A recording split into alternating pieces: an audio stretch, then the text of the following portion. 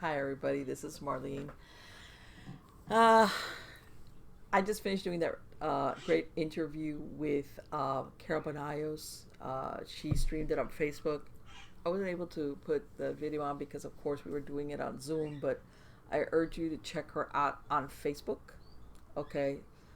It was a great interview. We talked about so many interesting things um, that uh, that ultimately lead to the conclusion like everything is connected: mind, body, physical, spiritual, metaphysical, etc. um, I hope you enjoy this interview. It was What a great is interview up to whatever point. There are some total of their life experiences. Some they remember, most of them remember. A lot of it we get driven by things that sometimes we don't remember because either we blocked it out or it happened when we were a kid. But ultimately, I think everybody wants two things. You either, well, two, you want to be happy and you want to matter. How's that? Mhm. Now, matter, I think, depends. For some people, matter means celebrity, like being recognized. For some people, it's being, do something meaningful, whether it's, being a parent or a philanthropist, or, if they're into their work, workaholic, what they do for a living, success in that area. But I think what matters to all of us is being happy, and we see being happy as for me to be happy. That thing about figuring out your purpose. Mhm. Everybody equates to being happy with that. That will make me happy. That will um, make a difference. Like, in other words, that I will not pass from this earth, as in nobody know it makes a difference. But nobody recognized it. Um, and I want to say that human beings are very complex, but at the same time very simple. We just want to be happy and matter in whatever we decide to matter in, which sometimes, by the way, does change. Mhm. Okay, in your 20s, you could be really big into being a good parent, and you've heard of people that their kids grow up, do their thing, and it's like the ones that don't want to let go. Then there's times that they reinvent themselves. It doesn't mean like it has to be static. Hey, what I thought was going to be fulfilling in my 20s, it's got to be the same as when I'm in my 50s or my 40s, or vice versa. People sometimes they get older and they don't want to let go of what they were in their teens. And I'm going to give you a perfect example. One time, I had a client. This was in hypnotherapy. She was, I'm in South Florida, and down here we have South Beach, which is a big nightclub, hot spot, wherever, party town, in other words. And she came to me and she was like, she wanted hypnosis because she was a little bit anxious. And we started talking. That's always the way it goes. And she starts telling me, I want to say she was like around 34, 35. She goes, oh, all my friends, everybody's like gotten married or they have kids. And I can't understand. I just don't get it. I want to party. I want to keep on, apparently she'd had this great last like 15 years of her life being a Mhm. party girl down in South Beach, which is fine. But of course, like everything, people they shift, and all of a sudden you realize all my friends are not. I'm calling people up. Hey, what are you doing? Oh, either I'm married or no, ma'am, my kids. So all of a sudden your friends start, and she really, really, really did not get it.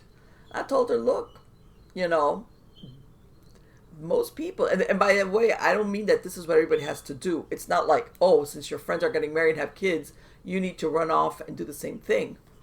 But sometimes you got to realize that um, things change around you, and sometimes it's going to affect what you want. You understand what I'm saying? Mhm. And she really, and I said, think about it. I said, I'm not telling you have to do what they want, but just because she was kind of like mad. I guess she had like a lot of friends and acquaintances, a large crowd. And you know how little by little attrition happens? And then you realize nobody's ready to go out Saturday night and party, you know? So sometimes you initiate the change, other times things around you happen. And I think the problem starts when people fail to realize that. as far as their happiness. And be, we talked about it, taking an honest assessment. And I'm going to say also that you see a lot of people, they have that hot tub time moment where they had this time in their lives where they were really happy. And they want to recapture the happiness. And I've seen this sometimes, as a matter of fact, with people who go through a divorce. Maybe they were married 10 or 15 years, as an example. And when they get divorced, they want to become the person they were 15 years before they got married. They want to recapture the feelings, because back then they equated to, I was happy, I didn't have any problems, I wasn't worried, I was going out and having a good time. And sometimes we fail to realize that as human beings, we evolve. And we were talking about this the last time, Carol. Change is going to happen at different degrees. And sometimes it's inevitable. You dig in your heels and all you're going to end up is tired and frustrated, but it's going to happen no matter what. Sometimes you may not like it, but you always have to think of, what do I have to do to turn this to my advantage and not fight it? Yeah. And I think a lot of times human beings, because how can I tell you, some people, in their minds, it's tiring trying to figure out what's my purpose. Like, in other words, I want to find out my purpose, and that's it. I'm done for the rest of my life. I know what this is. And I hate to say it, we're too fluid as human beings to box us in. And let's say average lifespan is 80 years, more or less. Let's give it. There's no way that you're going to be that same person all around. At a core, you are that you were in your teens and your 20s and your 30s and your 40s.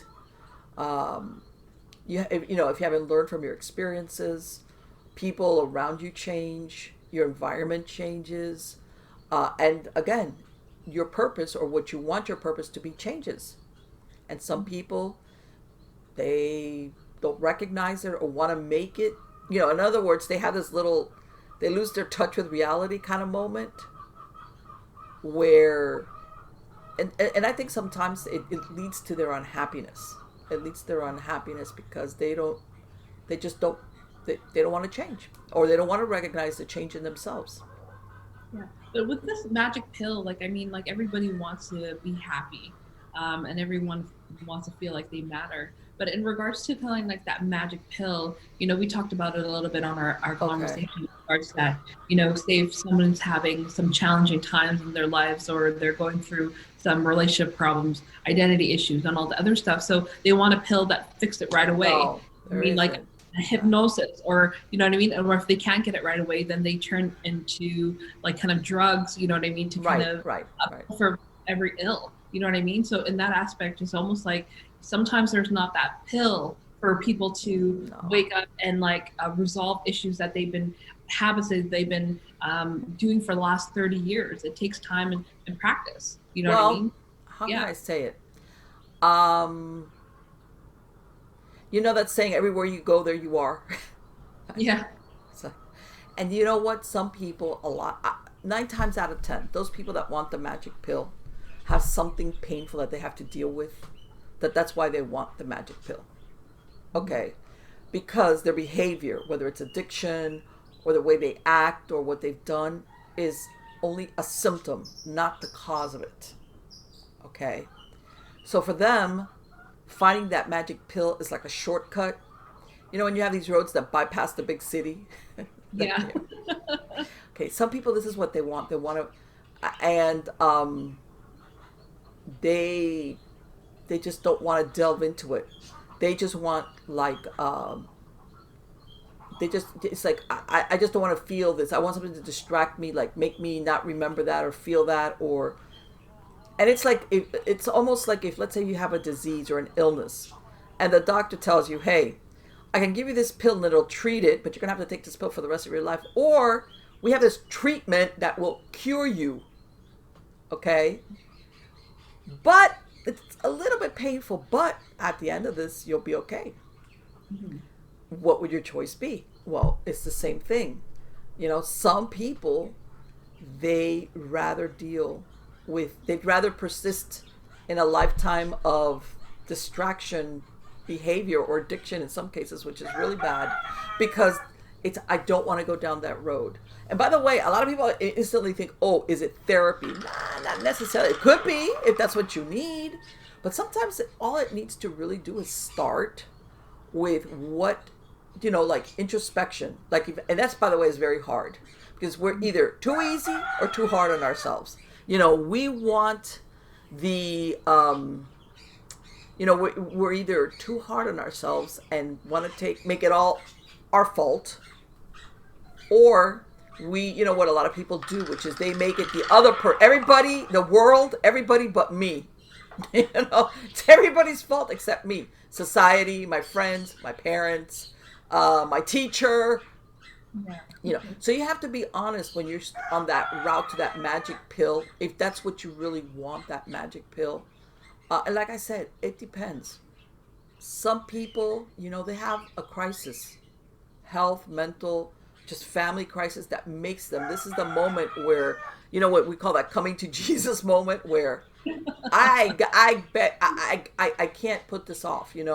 I've been running from it, and either I have a problem now, and we mentioned something about it last time, Carol, about what they call it's almost like where what goes on inside your head and your spirit manifests in your body symptoms, where some people are in denial so much that their body starts, you get diseases, aches and pains, things that the doctors can't really explain. Other times I've seen in cases where people develop even serious illnesses like cancer and other really serious health, because of this deep pain inside of them, or something that happened to them that they just piled on. And by the way, I'm not talking here sometimes that people think, well, I didn't remember. Some of them really do remember, but they just bury it. They just pile, and there's no resolution.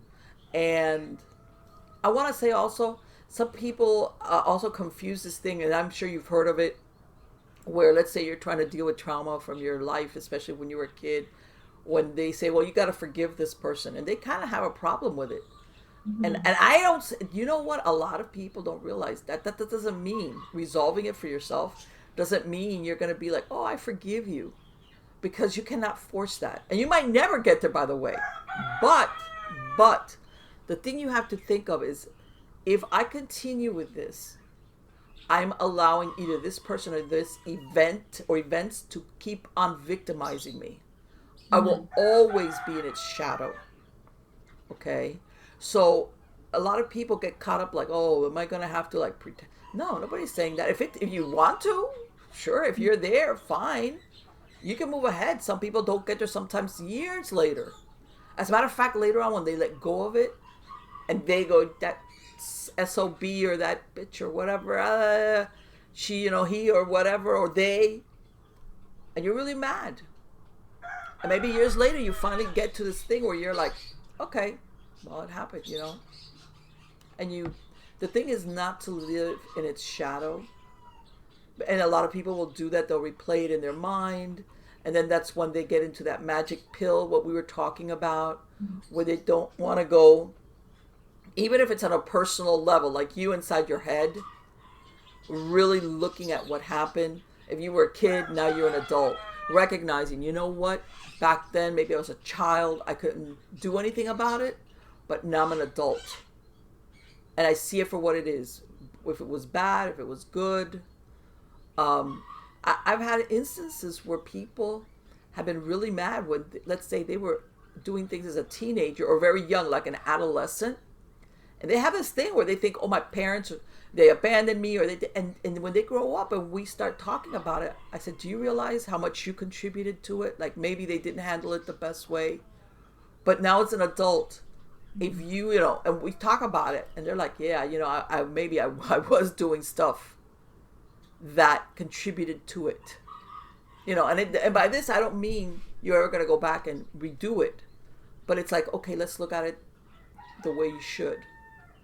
Yes, because I definitely believe, like, because when we are, I've had a lot of childhood traumas as well. Mm-hmm. But I think at the time when we're children, maybe we don't have the wherewithal to Of know how to deal course. with that situation. But in adulthood, we damn sure have the responsibility. We are responsible now that we have that knowledge and to kind of improve ourselves. You know what I mean? If we don't want to be victimized of Sure. the past, we need to kind of get to the core and not deal with the surface issues, because like who wants to have a life of suffering? You know what I mean? You look back in the past, that stuff happened, you cannot change it. You Of can course. want to go into that sauna or hot tub machine to go back in the past, but the thing is you can't. The only thing is you can connect back to that inner childhood, that experience, and learn how to kind of heal from that. And that's the thing That's that a scary. lot of people have a problem with because they still feel helpless. Like you said, this, when you're a kid, like, what are you going to do? Move? Yeah. What do you have? Or whatever. They kind of like almost on an emotional level, they're reacting as that child. So they Yeah. feel helpless. They feel betrayed, whatever the situation is. And it's almost like looking at it and saying, I'm not that child anymore. Even though that child was me, I'm not that child anymore. And, but and I've spoken to a lot of people, some through the hypnotherapy, that they want to shadow box and replay whatever happened to them, whether it was a one-time thing or years. They want to like make a different outcome. And it's like, last time I checked, time travel is not possible. Stop wasting your time wanting to go back and change it or have these discussions sometimes with these people. It's not going to happen. It's Well, not. there's different parallels of thinking, because it's like go back in time in that particular instance, but at the same time we beyond the scope, things happen, uh, the past, present, future all happen in this instance, but it's like, Right. but we're talking about this realm of this person in the past. However, I want you to kind of touch on what we talked about before, is that example that you're giving me about this I believe this lady that you were talking to, or is it male or female? I believe it was a female who was reacting like she was still 7 years old to certain emotional situations. Right. Well, Right. and believe it or not, this happens quite a lot. People don't realize that you'll have people that, let's say, because some people think, oh, you're acting like you could have somebody that's really competent, as an example, in work, in their job. They're super competent, but when it comes to relationships, um, the one that's running the show is the 7 or 8 year old that was traumatized, Mm-hmm. or makes them have decisions or how they handle it. Um, that they're hurt and they're impulsive, and just think of a 7 or 8 year old. Let's say this is an example that is hurt, uh, doesn't understand things, reacts, doesn't think of consequences. So they could be. It's not like it runs your life. It could be certain aspects of your life that all of a sudden it's like, yeah. And I'm sure maybe you've met them, Carol. Mm-hmm. People, let's say, in their jobs that are super confident, but when it comes to their personal life, it's a real mess. And you're Yeah. like, how did that happen? How did how did you? You seem to be so smooth and you're on top of it, but your personal life is a wreck. Okay, and it's because the one that's running the show, and I'm talking emotional here, and it has a lot to do with emotional, as the child that they were, they get stuck emotionally at that age where the biggest trauma happened. Okay, and I want to say a lot of times these things happen to people. I think trauma happens when you're a child and there's no adult that steps in, especially hopefully it's a parent or a guardian or a caretaker, and says, it's okay, I'll take care of it, you're going to be okay. You know what I'm saying? Reassures, because your family and your parents especially, or the people, are what gives you your sense of security in this world for the rest of your life. Okay, if you don't have that sense of security, okay, that really hurts you, because you start looking at the world.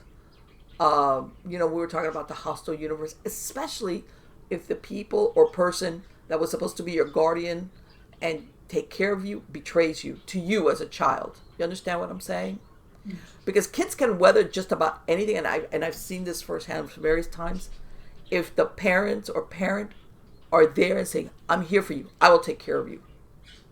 Okay, kids, and I'm gonna make it like a drastic. Kids can live in a car. Okay, really drastic, horrible circumstances, but they have a parent that says, "I love you. I'm gonna give you as much stability as I can. We'll get through this," and very importantly, doesn't make the child the adult in the relationship. In other words, guards that child's childhood as much as possible.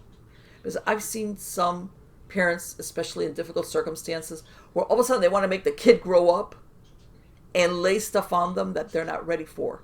You know, the parent's role is, which is, I've seen it, when you have that parent step in and take the brunt of it, as they should, because they're the adult, and protect that child. Let me tell you something, kids can bounce back from a lot of things. It's when that falls out from under them, when a child, or they live in an environment where, what I call this, they become hyper vigilant. They don't know what every day brings, you know, either the people that they're with or something that's like, they never know when the next shoe is going to drop. So these kids, they become like hypervigilant. That sense of stability is gone. Okay, and sometimes in some cases, worst case scenario, we're talking here survival. Okay, all those things have to do with what we were talking about. Is this person going to get stuck in that age that they felt betrayed, and they're just there, and then that 7 or 8 years old is running the show in their emotional side. And of course, this leads to, you know, when you see people, drugs, overeating, drinking, sometimes even the type of relationships they get engaged in, because they're like, they want to repeat it, they want to fix it. Sometimes the person they would like to fix it is not around or dead, so they try to reenact the relationship, even though, let's say, it might have been a parent thing, it could be with a partner, because they want to fix it. I want another go round on this. But the one that's really running the show is that kid that, you know, for lack of a better word, was hung out to dry. And again, you know, I hear some people say, where you have a group of siblings and they go through something traumatic, and some of them do great or okay, you know, and then there's one or two or one that's just burns and crashes, and everybody's like, well, why that one and not the others? Because they were all in the same household. You know what? Everybody's different. You've got introverts, you've got extroverts. You have, and I'm sure you've met them, Carol, you've got people who you say things to and they're like water off a duck's back. They don't care. Yeah, sure, you know. And then there's people that take things, they internalize it a lot. You know, so yeah, that sometimes doesn't apply, where it's not that one was weaker than, let's say, a sibling group. It's just that everybody takes in or is affected more profoundly. I've seen where even the baby, let's say in a group of siblings, does better because, believe it or not, the older siblings fill in and become the parent, kind of. Even if they're all kids, they all protect the sibling as best they can. So sometimes the sibling, the youngest one, is the one that does the best because they've got like a support group, even if it's just other children. So yeah, it depends on a lot of factors. But yes, that has a lot to do with what are the adults that we eventually become. Yeah. And I think it's really important too, because when I'm meeting with people, and, when I have these psychic clairvoyant abilities, I can pinpoint, like, spirit shows, or I get the message of, like, this individual has, had this traumatic event, you know what I mean? And I have to interpret exactly what they're showing me to that individual. But as we kind of go on through the discussion, I can kind of really see, and it's uncovered, like, why they are experiencing certain things in adulthood. It's like a repeated event. And it's almost like they've kind of they've swept it so deep, or pushed it so down deep in the subconscious, that they don't even know that is exactly again the main director of their life. That 7-year-old, the 5-year-old, the 3-year-old, that is, you know what I mean, constantly running the show. And I think that's so important for people who are listening and watching to really kind of dive deep into that. Like, who's running the show in your life right now? Is it that child, or is it really you? And if it's a child, then there's some work to be done.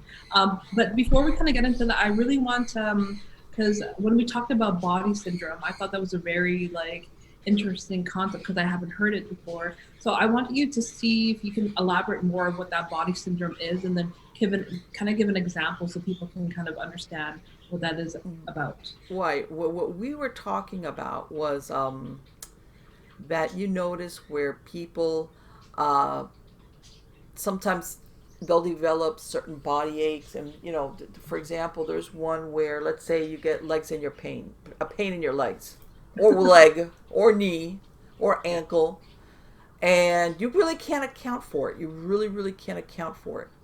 Okay, and the idea here is that sometimes, um, and by the way, this is that either you've never had the pain, you've never had an injury there that would explain it. Some people even go to the doctor, and the doctor's like, Tylenol here. Yeah. There's no reason for you to be having this pain.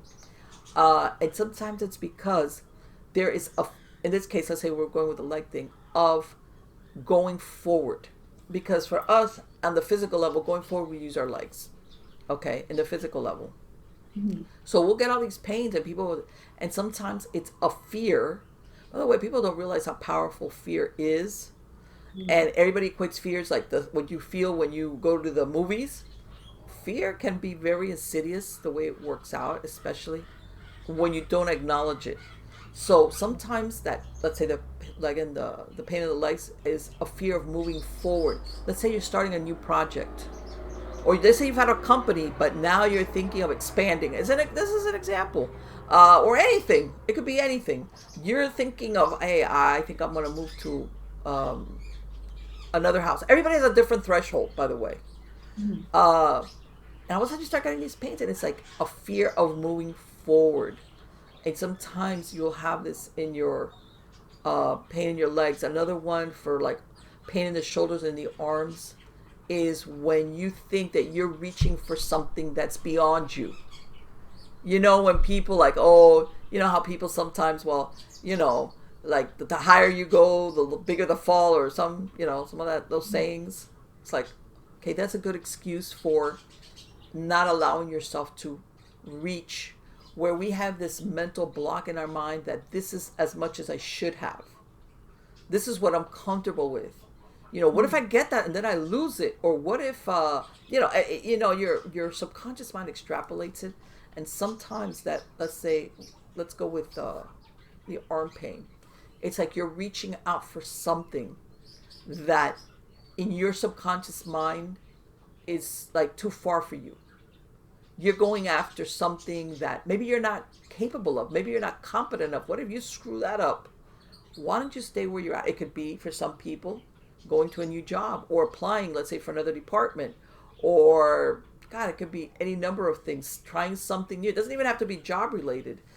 It could be joining a club, something new, that reaching out, that, because let's face it, most people want to better themselves in some way, shape, or form. Something. It could be minimal. Where your subconscious mind sees you in this is you. And this is the parameters of where you exist. This is your identity. Yeah. And I used to have, when I used to have a lot of my stop smoking clients, one of the things I would have to work on them with is their identity was linked to smoking. They saw themselves as smokers. So when you tell somebody, I'm going to take your identity away from you, as in the smoking, guess what? Your brain, your subconscious is very, very resistant to it. If this is the identity that you hold about yourself deep down, you will fight it tooth and nail. Because to you, you're losing a part of yourself. Let's face it, for example, the smoking thing, it's not you. It's a thing. It's a little nicotine, whatever, paper wrapped in tobacco, whatever. It's not you. But in your mind, you see it. And it also depends. For example, I want to say the majority of the smokers that I treated started teens, adolescents, the majority of them. They did it either to be cool. Some of them were angry, mad, and this was their, I'm so, don't mess with me, whatever. And it worked. This is who they see themselves in their mind as a smoker with a cigarette in their hand. This is just an example. Same thing when we're talking about going forward or doing something new. For example, you might have this self-image in your head that, wow, that's new, that's different. Well, what are you doing? Let's say you want to go, and I've told this story before. After my first divorce, I decided to I had a friend of mine at my job who she would do those biking marathons. Okay. I'd never biked in my life. I mean, bicycle, regular stuff, but not 5Ks or anything. And I remember she was doing, and it was really funny because she used one of those Sears 3-speeds. When you go to these biking events that you see these guys with these super slick, ultra, light with the... Well, she had the Sears 3, and we used to call it, as a matter of fact, Pee-wee's bike, because she had it decked out with fuzzy balls. And she goes, look, I'm going to do a 5K. Most of these events are for charity. She goes, 5K is 3 miles. Why don't you come with me? Just bring your bike, your 10-speed, whatever, and just ride with me. I'm not doing it for speed. I'm not like these guys that, hey, how fast can I? We're just going to ride it. And I was like, oh, I was like, I don't know if I can do that. Because I was intimidated.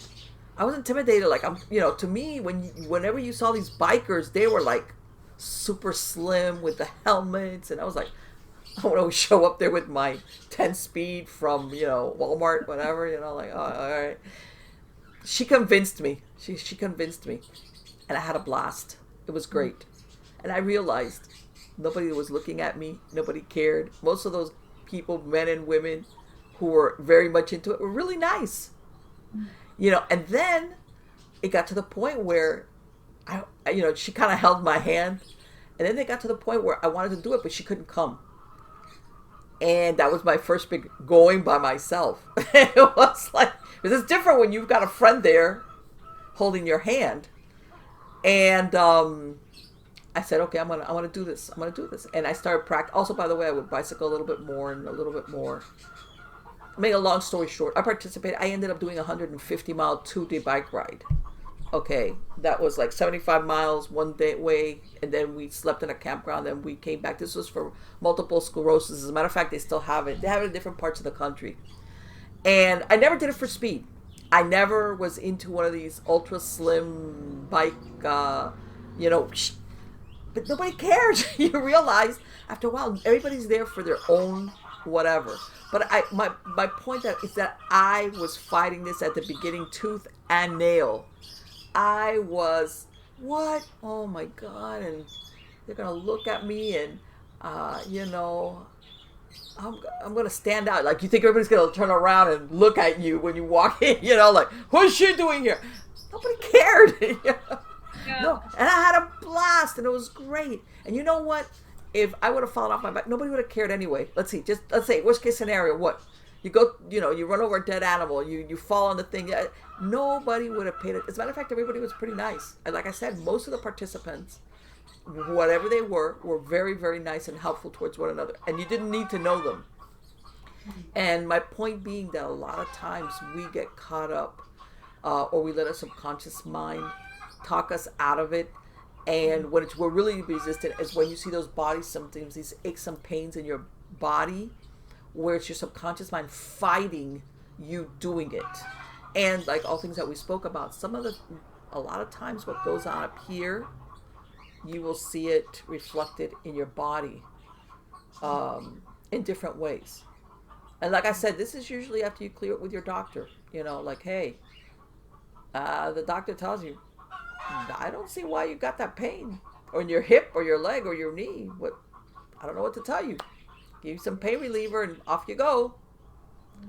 So, and I think it's so important for people to realize how powerful the subconscious mind is, Yes. the body mind, because it's almost like, I was sharing with some of my friends that so when I kind of meet with people, sometimes I tap into their energy, and I sometimes I habituate and do the same things they're doing. So I was like, one of my clients, I found myself like meditating like 3 hours a day. And then after this meditation, this first one I like did last Monday was for 3 hours. I got out of my meditation and I was like swearing at my subconscious. I'm like, you fucking son of a bitch. Like, oh my God. It was just that realization that, being held prisoner, Right. being held captive to these certain, ideologies that you didn't even know you were held captive to. And then once you kind of realize this, like, oh my God, you know what I mean? That's not ever going to happen again. I'm going to kill your subconscious. And, you're just so mad. But then also at the same time, it's almost like this other concept that came up, which is so powerful, is that the concept of constructive discontent.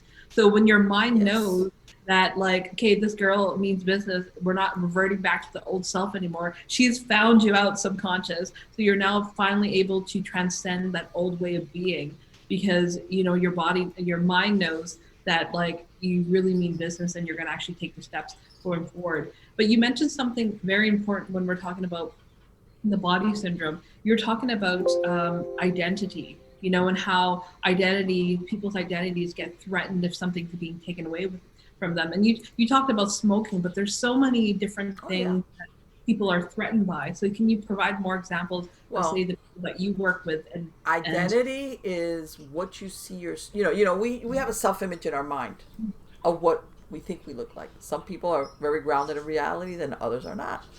But whatever, whenever you tell somebody I want to take this identity away from you, they have a hard time, whatever it is, whatever that behavior is. Okay, that's why you even have people that, let's say, the workaholic, or I'm sure you've even heard, those people that go to the gym 24/7 because they this is who they see them, or in some really extreme cases, and even though really it's a mental illness, the people that are anorexic, that will look and they still see themselves as being overweight, even though that's definitely that's an extreme case, in other words. But it's almost this image that you have in your head of what you think you are and your reality. And sometimes what's bad is when you have this very poor self-image, okay, yeah, and whenever in other words, you have this internal dialogue with yourself where you put yourself down continuously. All right, it's like, whose side are you on? why would you do that? Hello. When and I tell them, this inner chatter that we have with yourselves, which is like, man, you don't even you won't even talk to a stranger like this. Why do you talk to yourself like this? And a lot of times people, again, and we come back to the magic pill, by the way, this is something that I think the only times I think we're let off the hook is when we grow old and we don't give a shit anymore. You know what yeah. I'm saying?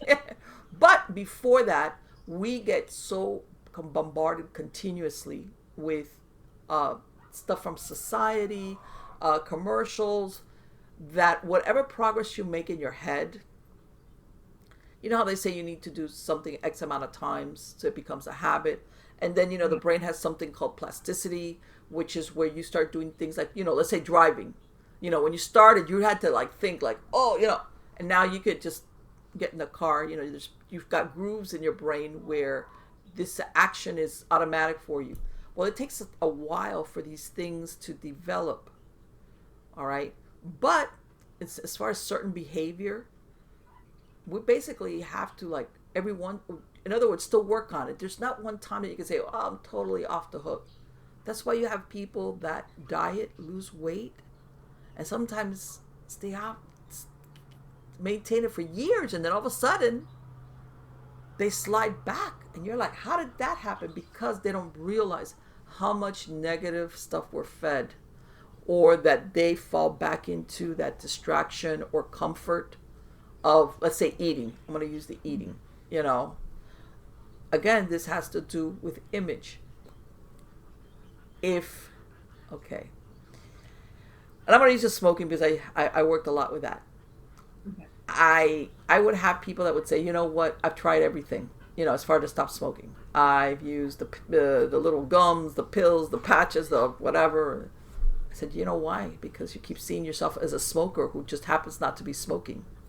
You see yourself as an ex-smoker. They were like, yeah. So you always really wanted to smoke. It's just that you were putting on or using all these things not to have the craving. But what we're going to do is we're going to separate. You're not going to see yourself as a smoker or an ex-smoker. You just happen to be a person who doesn't smoke. Like anybody else that doesn't smoke. Okay, not an ex whatever. So that same thing happens. Let's go with the weight thing. Yeah.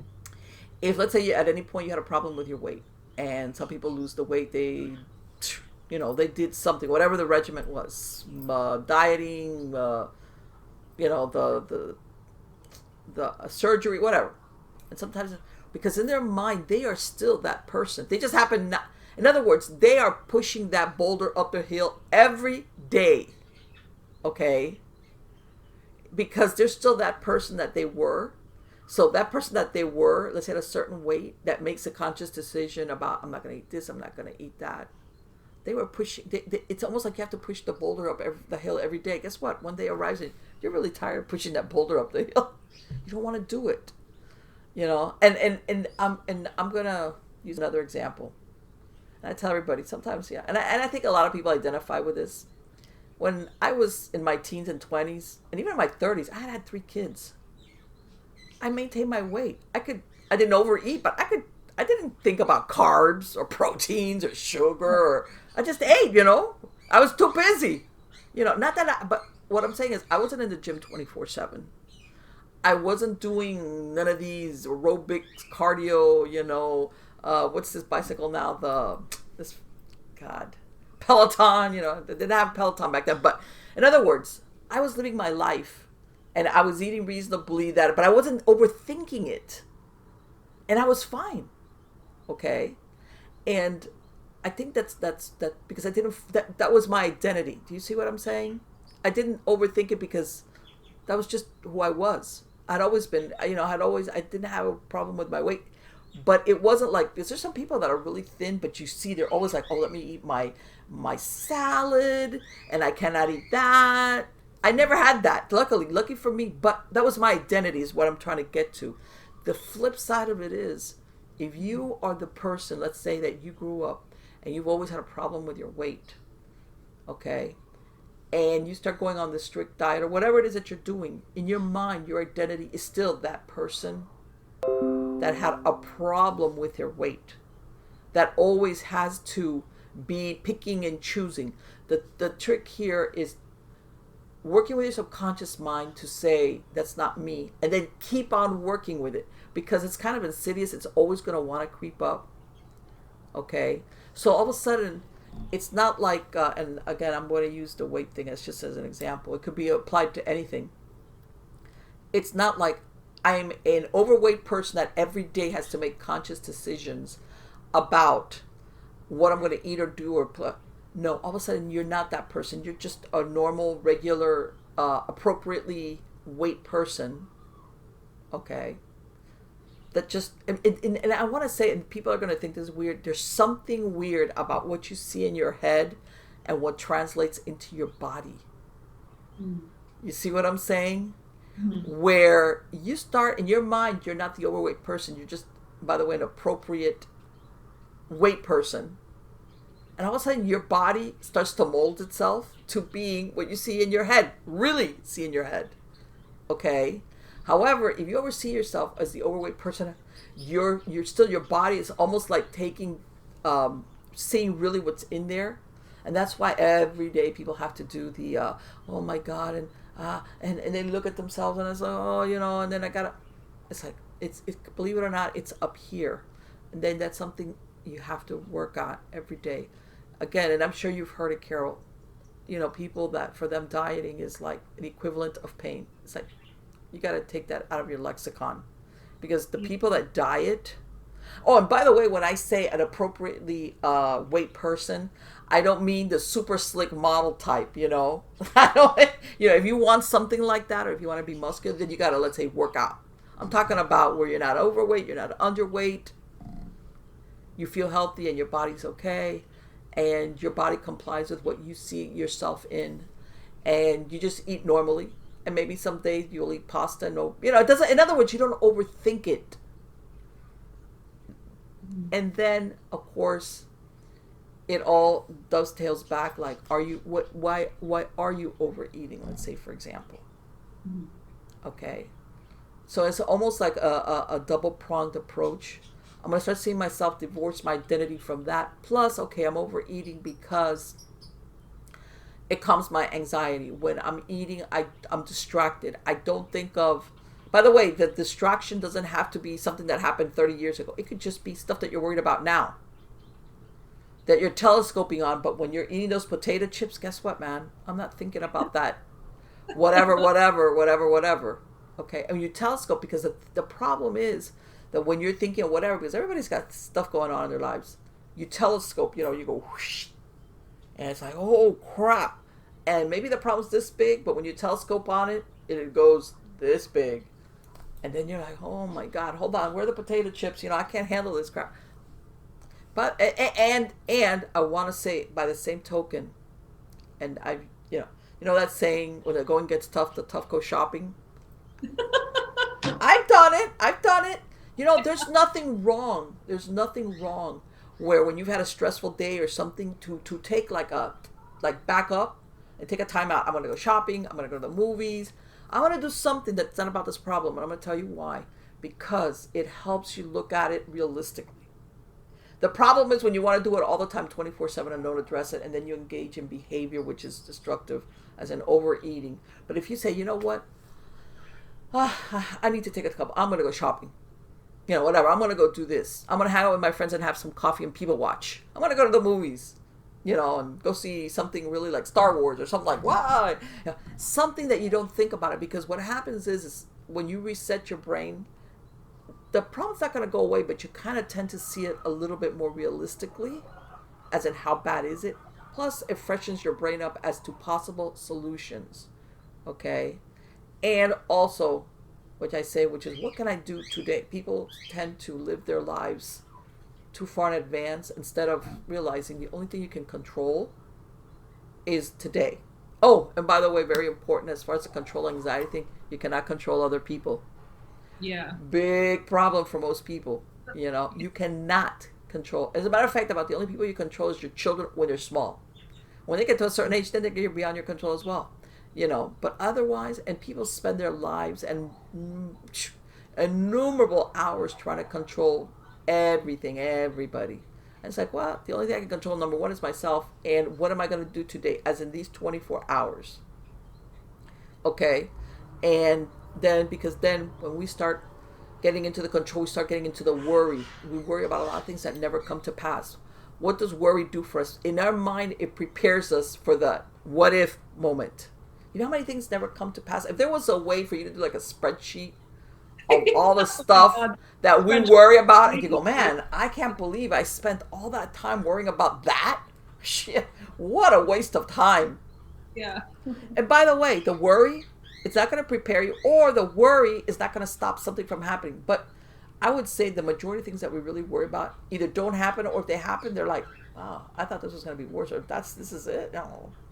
Wow. In other words, worry. Now, worry, and that's the thing. Some people, I tell when I tell people, and I talked about this with clients when they were coming for anxiety and stuff like that. That they were like, well, what do I do? I said, okay, well, you know what? Take your day by day. I know this sounds really like basic, but sometimes basic works.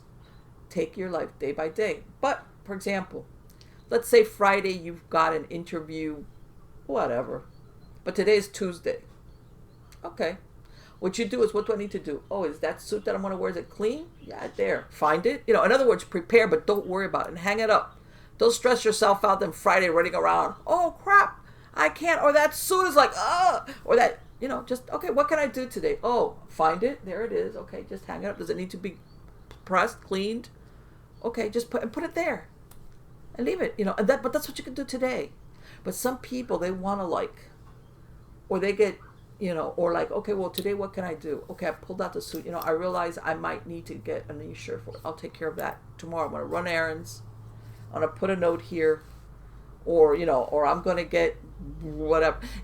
people don't know how to pace themselves, and it becomes like this downward slide where they telescope problems. But a lot of them we either make them worse or we create them by either trying to do too much control, and then of course that results in behavior, depending on what we've chosen, that works against us. And that's part of the magic pill answer of what you asked. There is no magic pill.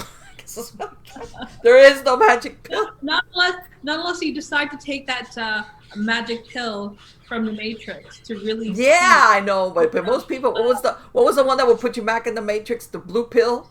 The blue pill was the one that would put you back in. Like, oh yeah, I'm really hooked up to this machine. But people should take is the pill that would awaken themselves. Right, there was one that would wake you up, but did you know how many people would take the one like, yeah, just put me back. I don't want to think about that. No. What's the pill? What was the one that character that says? The red pill? I forgot. Let me just. Yeah. No, I think at the end of the day, like people just need to not be delusional in regards to the work that needs to be put into. No, there is no moment where you can say, that's it, I'm done. I don't have to worry about this. I don't have to reset my thing. No, you never, unless you're pushing up Daisy somewhere. Okay, you never are off the hook, because as human beings, we are too fluid. We're too impressionable. And there's always the power, let's get on the paradigm. There's always the powers that be that want to influence you somehow, in way, shape, or form, to affect your behavior, as in what you spend, what you look at. So unless you live like a hermit on the mountain where nobody cares what you're doing, you're always going to be under the influence, and you're always going to have to be fighting it and protecting what's going on in your head. There's something that was coming up when you're talking. It was about like to discuss the parallels or the connection between identity and people commit suicide. I don't know, that just came Identity and the what? Identity and the reason why people commit suicide, the loss of identity and yes. So can you talk about that came very strongly. Okay, suicidal ideation there's a lot of different things having to do with suicidal ideation. Sometimes it's a mental illness. I mean, sometimes it's chemical imbalance. I mean, plain and simple. That's what it is. There's a disease of the brain where if that person is not getting treatment, as in therapy and medication, unfortunately, the way they see the world is not what you see it. You could look at that person, and I'm sure you've heard of it, Carol, where you've had people that you've heard that have committed suicide and nobody can figure it out. Like, their lives were okay. Like, why would they do that? They didn't have a perfect life, but overall their life was okay. But that's, sometimes if you have things going on in your brain, the way you see things is not really sometimes what's there. I've heard a lot of people that they commit suicide because they're perpetually afraid or they're in pain, over something that happened. I think a lot of it sometimes is, I want to say that hopelessness is also one of the main things that I think sometimes drives people towards suicide. This feeling of hopeless, like no light at the end of the tunnel. This is not going to get better, and I don't want to, and sometimes this is formed because let's say if you have most of your life or parts of your life which were good and hopeful and good, and you go through a rough patch, that life can be good. So in other words, you're like, hey, I'm going to find a way out of this because I know there's something better than this. But if circumstances in your life has been, to put it bluntly, a shit, and you don't think it's going to get any better, and you're hopeless, guess what? It's like, I don't want to be in this pain anymore. I don't want to do this anymore. I don't have anything good to compare this to. As far as I'm concerned, life sucks.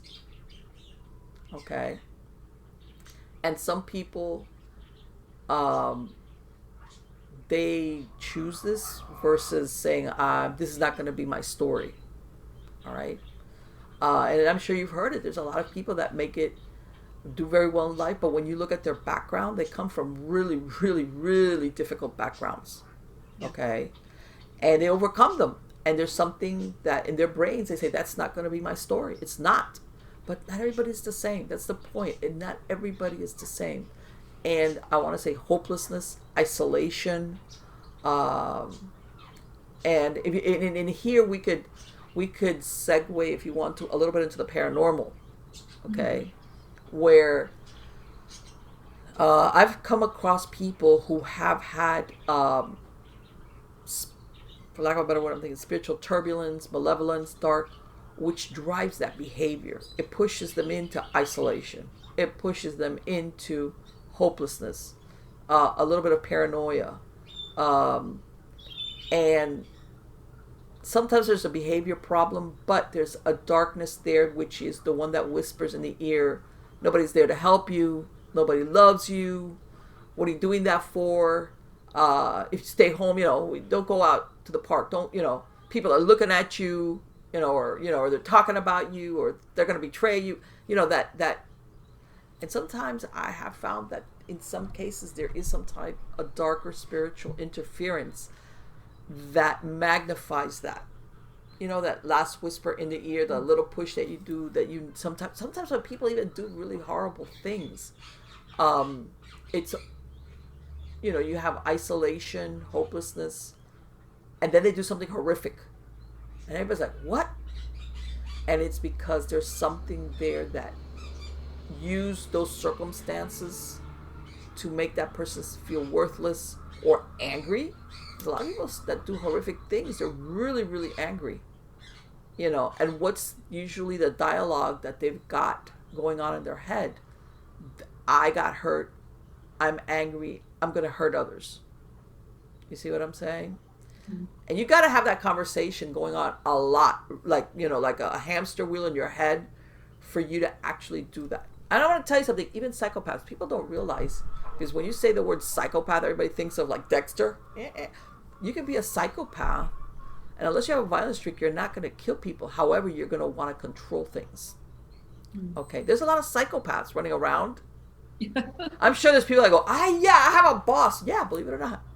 When you see people going out of their way to be controlling and hurting, and just for the sake of control, that could be a psychopath. That psychopaths don't necessarily mean they're going around killing people. They could be. I'm going to give you an example that even though he was a serial killer, that BTK killer, the one that he was bind, torture, kill. That in his regular life he was a code enforcement officer. Okay, now. Let's take the violent streak out of it. Let's say he wasn't killing people, but the people in his neighborhood would be saying that he would go out of his way to find people and give them like fines and complaints because he was code compliance. Holy crap. Mm-hmm. That was a psychopath part of him also doing that. They don't care that they're harassing or they're hurting people. They want to be able to have that control, that I'm going to do this and I'm going to, and I have power. So again, it's human beings, but people like that usually don't have to worry about, they, unfortunately, a lot of their inner dialogue is about what they want. As a matter of fact, most of the times they feel superior to others around them. As a matter of fact, that's why they don't think twice about doing bad things to them or hurting them, or, if you're a serial killer type or just a killer of killing people. Well, you have no empathy. But and in some cases you will have, because how some people will say, well, these people that do these horrific things, are they under the influence of a darker being or whatever? In some cases they are. Okay, in some cases they are. I've seen where, and I'm sure you've heard of it, some of these killers or serial killers, when you look at their backgrounds, they have problems in their upbringing. They have, parents, molestation or child abuse or even neighbor. It's like really horrible.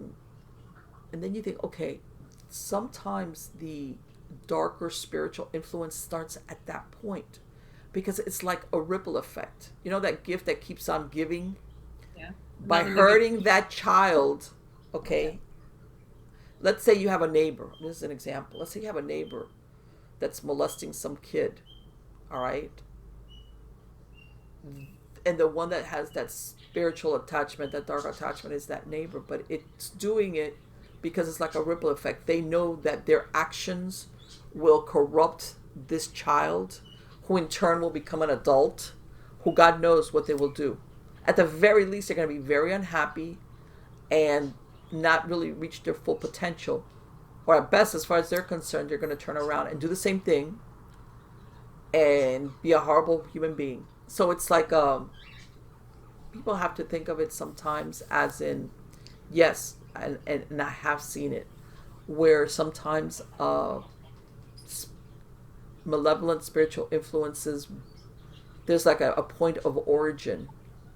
In other words, they look at things down the road as far as what will come of the actions. And I'm sure you've heard of it, where a lot of people that commit, that are perpetrators, were perpetrated on. Mm-hmm. You know, usually when they were children, which is when you're helpless. When you're helpless and you know, you're threatened. As a matter of fact, I would tell parents, part of my work was, you know, some parents will tell their kids, if anybody touches you, you tell me, because I'll just kill him. I'll kill him. You know what that kid's going to do? That kid's not going to tell you. You want me to tell you why? Because I saw it. Kids want to protect their parents. If, let's say, your dad tells him, I'm going to kill you, any son of a bitch touch you, guess what? That kid's going to say, if I tell my dad's going to go over there and they're going to beat up or kill this person, and then my dad is going to go to jail. Mm. Kids worry about stuff like that. Okay? Now, if the adult tells them, something like that ever happens to you, just come and tell me. I'm going to believe you. You just need to tell me, and I'm not going to think you're lying. Don't worry about it. Just come and you tell me immediately. I'll take care of it, all right? Don't worry, and I'm going to believe you. People don't realize that children want to protect their parents or their caregivers. So that's one of the things that I say. Or sometimes kids also, besides the fact that they're threatened by a perpetrator, that they don't say things, they want to protect their caregiver. They want to, because even as a kid, unless you're really, really small, you understand the repercussions. They even worry, well, if my mom and dad go to jail, then are they going to send me to jail? What will happen to us? Where am I going? So it's like, what do I do then? That's when they take on these adult. And I'm going to give you a real quick case. I had a young lady, only child. She lived with her parents in a trailer park. Smart kid though. Her family of origin was in another state.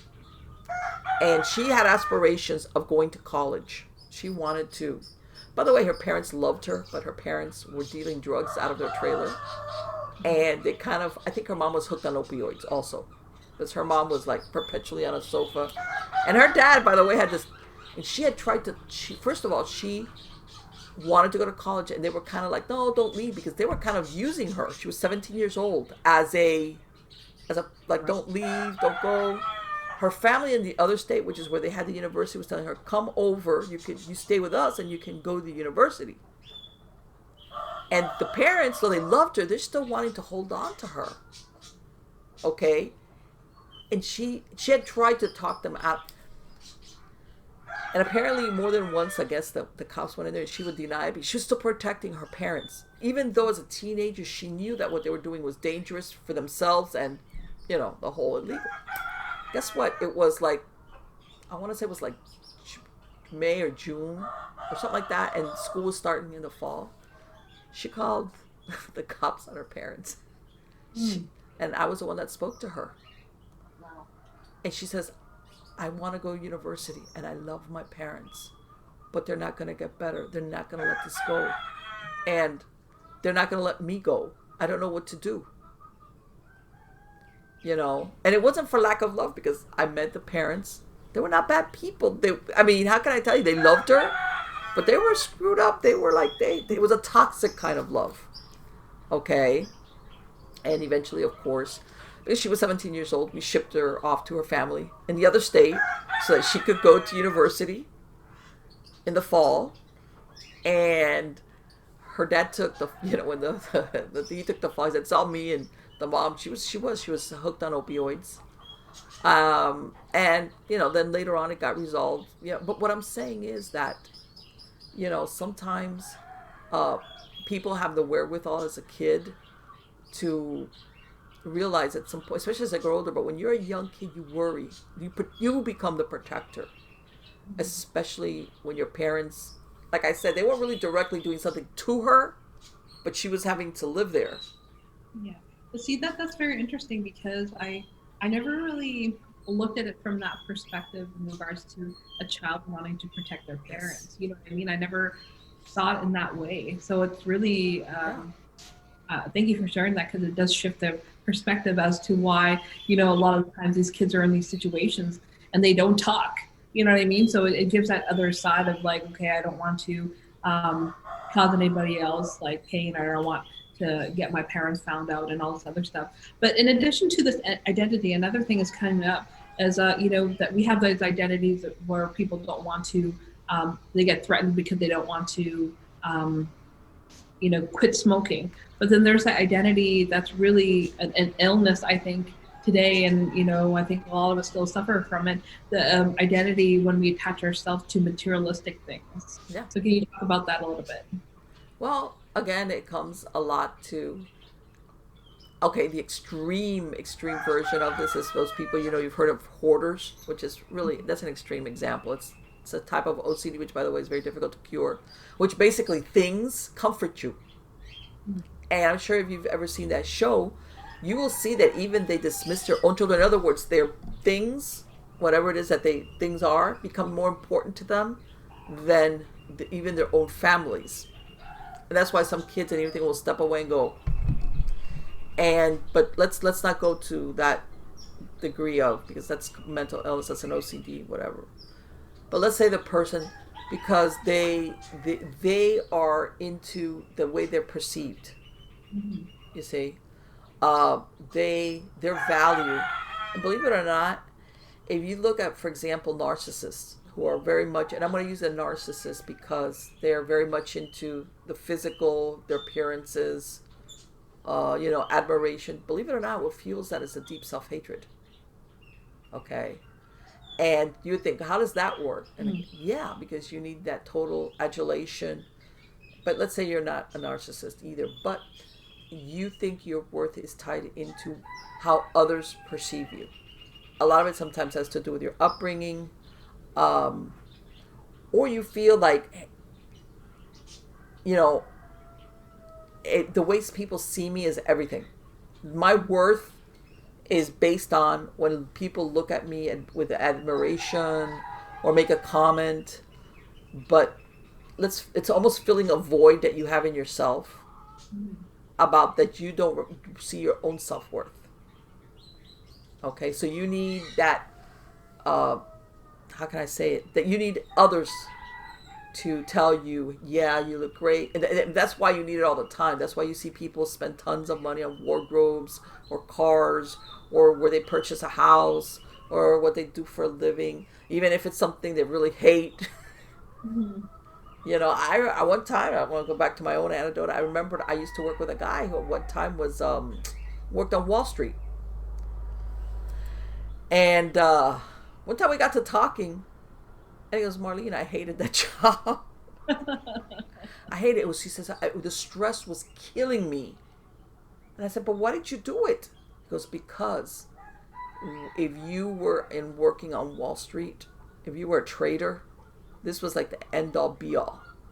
Like you've seen that movie, The Wolf of Wall Street, yeah. It goes, I hated it. But the image was that if you were a trader on Wall Street, this was a few years back, that's it. You lots of money, you got it made, and yeah, that there was a lot of stress, but who cares? It was like, play hard, work hard kind of mentality. And I think he was like a kind of young guy. I think I don't remember if he actually had a heart attack or his doctors told him, you keep this up and you're going to die. You're going to have a heart attack. You're going to keel over on the trade floor. Mm-hmm. And it didn't take much, but he admitted. It wasn't like, oh, you know what? I really love that job And I had to stop doing it because my doctor was like, I hated it. I always hated it. So again, we come back to what you do for a living, where you live, what you look like. Um, you need that outside reinforcement to battle what you're telling yourself, which is, I don't matter. You know, I can be overlooked. If I don't look this way, then I'm invisible. You know, and I'm sure you've heard it. People that are afraid of being invisible. Yeah. It's like, I'll be overlooked. And you know what? Truth be told, up to a certain point, there is some truth to it, and I'll explain it, because we're geared that way. We're geared to the person that's beautiful. I'm going to use the beauty part. You know, the person that's beautiful gets the attention, gets let in first. What was it? I heard a study where they said if people tended more to, let's say, in the traffic, honk their horn at a like older, broken kind of down car versus a Mercedes. Even though the Mercedes driver could have done something really stupid, people were quicker to beat their horn or hey versus the person on Mercedes. Why? Because we have this idea of that beauty or wealth or whatever somehow better. And that's a problem. That's a whole different problem. But I hate to say it, our society fuels this a lot of times repetitiously all the time. All the time. Okay? And I hate to say it. Some ads, either you're beautiful, slick, as in, you know, you don't have a hair out of place, or they use people that are, they never use average looking people. Do you see what I'm saying? You're either really like discombobulated or overweight or like frizzled or frazzled, or you're super slim, attractive, put together, and it's like, what happened to the middle? You know, where the rest of us are. You know, groomed, but hey, I might not have chiseled abs. Okay, whatever. But yeah, so that's what I'm saying. But again, when you were coming to that thing about where we get hooked up on the, I'm gonna use, you know, let's say the brand name. All right. What was it? Who was it that told me? Oh, you know that Mercedes is now built by Chrysler. It's like, really, you know. But I bet you those people that have bought the Mercedes, if instead of a Mercedes had a Chrysler thing on it, how much you want to bet they wouldn't buy that Mercedes, even if it was the same car, even if it was the same design, wouldn't buy it if it didn't have the Mercedes, you know, a little thing and. It's all the labeling, because the thing is what's really important, because I think, you know, a lot of the times it's important for people to understand identity and what they identify with, because it's almost like, you know, I've been in that position where I've lost everything, you know what I mean? And I realized that that moment that I was able to separate myself from those titles, those roles, the materialistic things, because they're not me. Because it's almost like people need to realize that if they're searching externally to identify themselves, that's you mentioned it, and I mentioned a lot too, is empty. You're trying to fill this void inside of yourself that cannot be filled with all these different materialistic things. And I'm not saying that having materialistic things are wrong. Oh no, it's not. Absolutely not. No. You can have them, but you just don't need to identify them. You know what I mean? You can have a house, but then it's like, oh, that house doesn't define me. But it's almost like when people again like turn away from themselves and don't focus on dealing with trauma, then obviously you're gonna grab all this different shit to try to fill your emptiness, but it's not gonna work. You know? I'll give you an example. Let's say you've got that mindset where you know it's all about what you wear, what you drive, where 9 times out of 10 you're running with a crowd who's on the same, you know, everybody's on that same, and something happens to you, you crash and burn, something happens, whatever, you lose your job, whatever. Guess what? One of two things. If you keep hanging out with those people, you're going to be really miserable. Okay. Or you can taste. Or if you ever do it consciously, guess what? You drop those friends. Yeah. Because you to hang out with people that everybody's always trying to impress the other one. It's exhausting. Yes. And they're never going to get it. They're never going to get it. You know what? why are you taking that instead of this? Because that's maybe overpriced and all I'm paying for is the brand. That's why, But, and you made a very good point, Carol. There's absolutely nothing wrong with wanting to achieve certain things. Okay? Or want certain things because you say, you know what, I like that. And, but what's motivating you is not because, hey, I want something that I know is, I might not be able to afford it. And I'm going to spend sleepless nights buying something that I know can afford, but I have it. It's like, in other words, you get beyond that. You're like, I'm not going to buy that right now, because I'm not about to lose sleep because that thing, whatever that thing is, I'm overextending myself, let's say money-wise. You know what? A lot of those people, not everybody, but a lot of those people that you see driving around, they spend a lot of sleepless nights because if they lose their job or something goes sideways with them economically, it's like a house of cards. Yeah, you can roll around in your nice car, but you've got like any minute now, everything can just fall apart. And I guess that deep down inside, you're not really happy, despite what it may look like. And we'll come back to how many times you see these entertainers, which are multimillionaires, have these beautiful houses, the perfect boyfriend, girlfriend, husband, wife, whatever. Their lifestyle looks magical, and then they crash and burn or they commit suicide, and you're like, what happened? How could that have happened? Then you see them, of course, every time they're posing for a picture, they look so happy and beautiful and put together, but they're not happy. They're deep down inside, they're not happy. And that happens a lot when you're counting your self-image is based. It's so horrible that you need to fill it by what other people see you as. And that particular moment in time, that's where, you either exit out of those kind of relationships, find a new supportive environment. So I find, when I talk to people, even myself, it was really hard to kind of let go of certain kind of relationships that or don't resonate. But it's almost like if you start to become more aware and what really matters in life, you have to protect that. You know what I mean? You cannot let yourself be so easily swayed, because how there's so much like the things in society cause mental diseases, that the comparisons, we don't measure up, you know what I mean? That's what causes us to feel less than, because we're always having this benchmark of like, oh man, this person, I need to get there because that's what that image of success is, or that's what the image of beauty is, and it's so convoluted. And so people need to start I guess recognizing their own self, their own beauty, and cultivating that instead of like, or and it doesn't even sometimes have to be with looks. I'm gonna use another. Remember that it's an older Tom Cruise movie, the one with Renee Zellweger. Oh yes, whatchamacallit? I know what you're Show me the money. Show me the money. God, I can't believe I'm drawing a blank on the title of it. I know. Okay. I know what you're talking about anyway. Do you know that there's that part where I think it was her sister, that all these women would get together and they would bitch and complain about all their relationships. They were kind of all angry at men, and then they were kind of like looking at her when she tells Tom Cruise, "You had me at hello." Yeah. You know what? That also has to do with, and the reason why I'm bringing that up, it also who you hang out with has to do not only with physical stuff. Let's say that the possessions, it also has to do with feelings.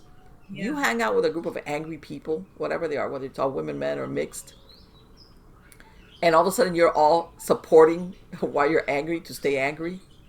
Guess what? Sometimes, especially when you develop friendships there, you feel bad breaking ranks. Because they fuel the fire, they fuel the anger, or they fuel whatever is going on. Okay? Because let's say if everybody gets together once a week, and all they do all the time is, hey, membership in here means that you have got to be, there comes a point that you're going to say, how do I really want to go? Do we ever talk about good things? Or are we all just going to sit there and bitch and complain about the whatever? But they don't do anything to solve it. I guess is my point. Whatever the thing is, like, okay, we're gonna sit here and bitch and complain, and then what? What does that do for us? Probably makes you feel worse, more justified in being angry. But none of them do anything like, let's say let's say let's use that same. They're all angry because they were hurt. It's really, anger is hurt. Well, what are we gonna do? Okay, well, we need to start dating. Yeah, well, what got me in trouble the last time? Well, maybe I got involved with this type, and I realize that now. Like how much, but no, they never get that. All they would, sit around and tell their stories about how they were screwed over by maybe Wronged. yeah, whatever. And it's like the same thing can happen. It doesn't necessarily just have to pertain to as far as who we hang out with, as far as possessions or things. It could just be, okay, you know what? Like I said, people that are usually angry are very scared and sad, and the anger is a self-defense mechanism. So again, you could apply it to a lot of things. And by the way, again, I want to say that all these things, if done on a temporary basis, they're okay. I've seen people participate in group therapy, which worked great. But group therapy, for example, for whatever they're addressing, whether it's grief, is good only X amount of time. Then you got to break out of it. You got to move beyond it. It's like a bridge that you use to get to the other side. Problem is when all of a sudden, 5 years later, for example, you're still in the grief therapy group or this group or that group. It's like, okay, you're stuck here. You've got a problem. Yeah. You're addicted to grief. You're addicted to grief. You're addicted to sitting there. And and like you went through the steps of grief, and you're still like, okay, like, yeah, you can be sad about it, but yeah, same thing. There comes a point where something becomes permanent. In a case like this, that's when you develop a real problem as far as getting stuck there. And again, that comes back to your subconscious mind. Once I get beyond this, that's scary. I don't know maybe how to deal with this. In the case of grief, people sometimes feel guilty when they don't feel grief. Or in the case of relationships, it's like, oh my God, if I'm not angry anymore and still just bitching and complaining about this last guy or last whatever, then I might meet somebody new who might screw me over again. Or whatever. We kind of like extrapolate worst case scenario. So I'll just sit here and we can all get together and drink a glass of wine and bitch and complain. Yeah, okay. That's safer. And then I'll feel justified why I'm still like, I haven't gone on a date in the last 3 years or some shit. It's like, like, and again, we always circle back to the power of the subconscious mind. The power of the subconscious mind is very, very much more powerful than people think. And that's what drives us. And because we get bombarded so continuously, we have to constantly be working on it. I said there is no magic pill. And I wanted to, yeah, it's a bitch. Yeah. You mean I have to sit there and read maybe and I'm not the biggest fan of self-help books because I think some self-help books are vacuous. But yeah, sometimes you do need to listen to podcasts and and get your mind back, because this is to center yourself away from all the crap that gets thrown at us, about. Yeah, because if the subconscious has all this negative programming, that's really hindering you, then guess what? You have to start, update yourself with new programming to start facilitating that you want to be. And in that, like, I want to, we also talked about before about the human condition. So I want you to kind of hone that a little bit regarding the human condition, and then how doubt is something that will always be there no matter what. And so can you touch on I get a lot of people that live their lives. The human condition is living your life can get messy. And some people want to, when like not color outside the lines. They want their lives to be like that. They want to play it safe, and they cheat themselves out of, we're meant to engage in life. Okay, by this I don't mean do stupid stuff. I'm saying that there comes a point where maybe you analyze things or you research them and then you execute. And sometimes it turns out great, and other times it's like, what a mistake that was. Okay, and get up and you not do that again, or do it better, or try it again and not do it that way. And the human condition is that. life is messy. Sometimes it's your fault, and sometimes things like plunk you like a 2x4. Like, oh, things happen to you, circumstances that you have nothing to do with, whatever happen. Perfect example. Let's say something happens at your workplace, hostile takeover. All of a sudden, you have no job. It was not your fault. Okay, but here you are. All right.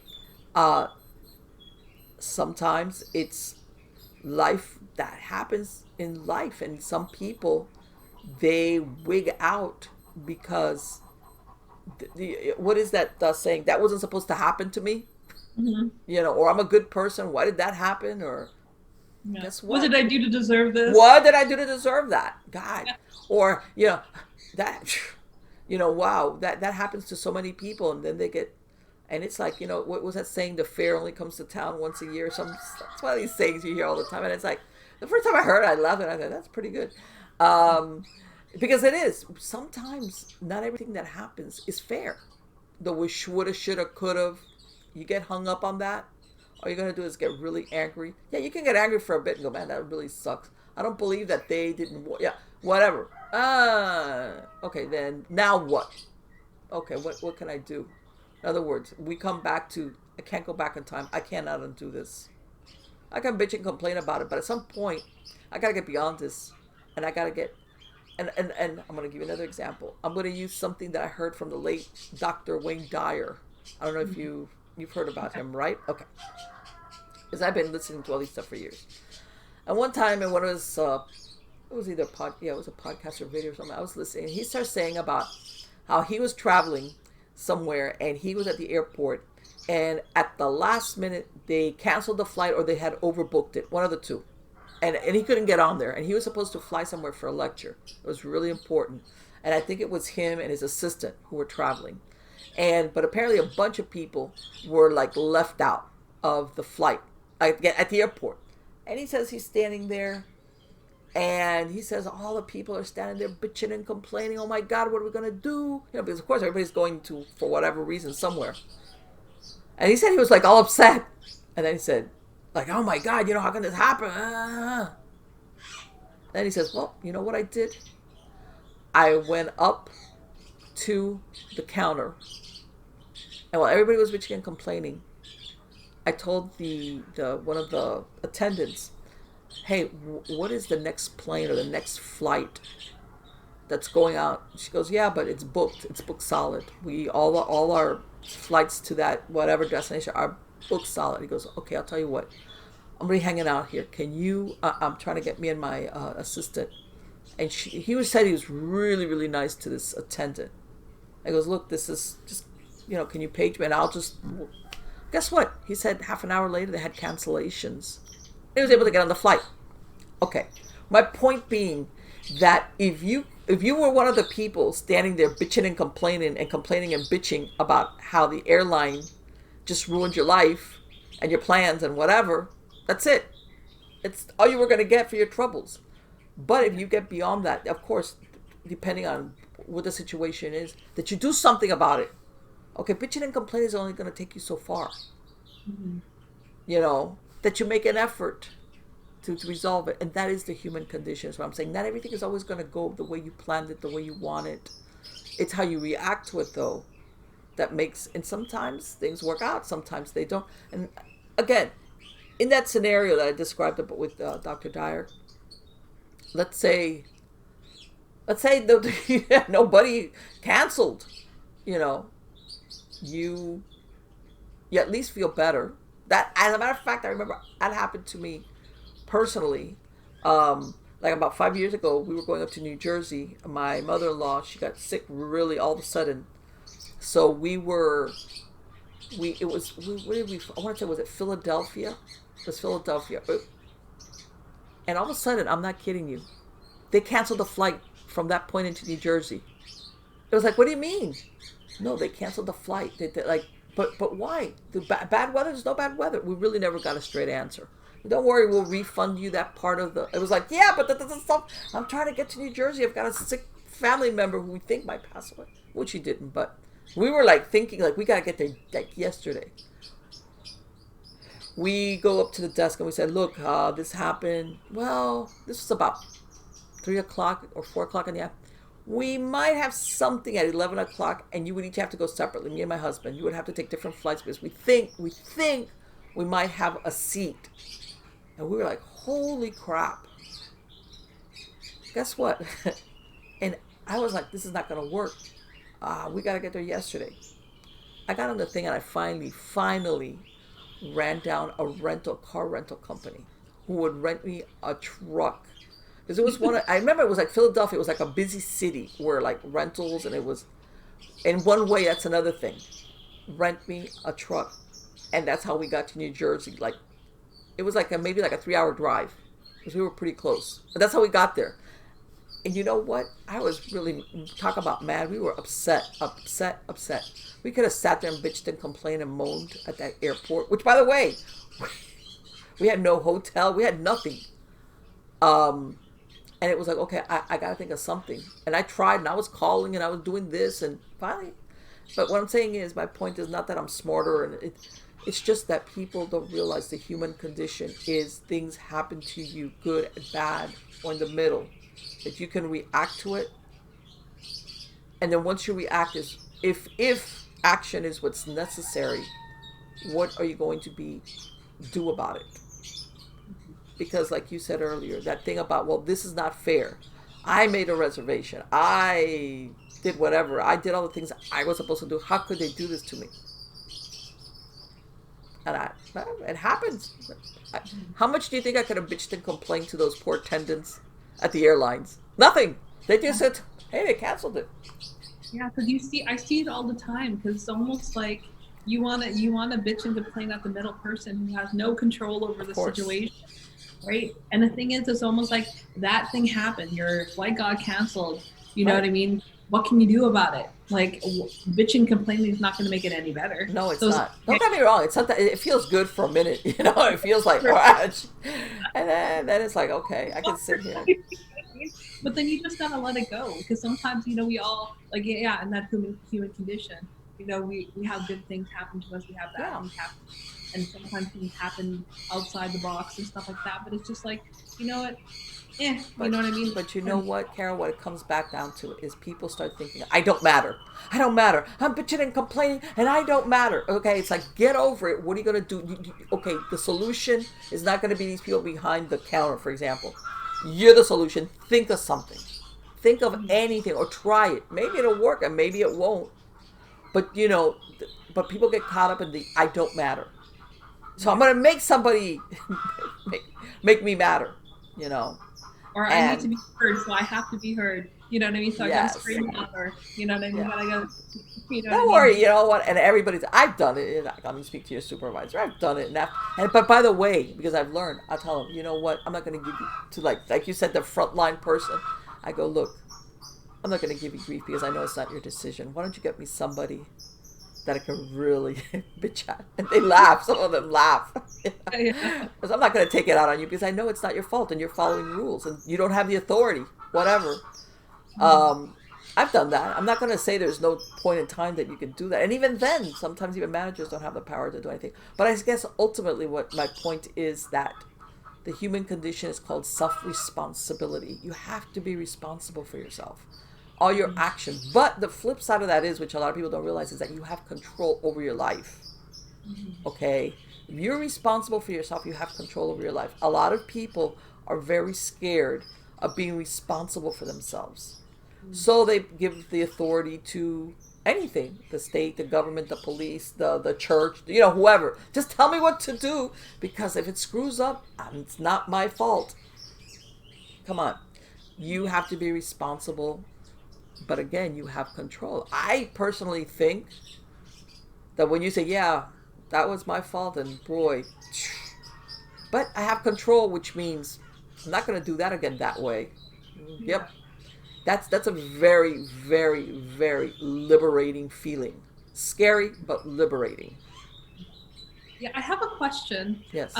It's unrelated, but do you have like a mirror reflecting, like, in front of you, that's kind of, because I see this kind of clear globe, like I have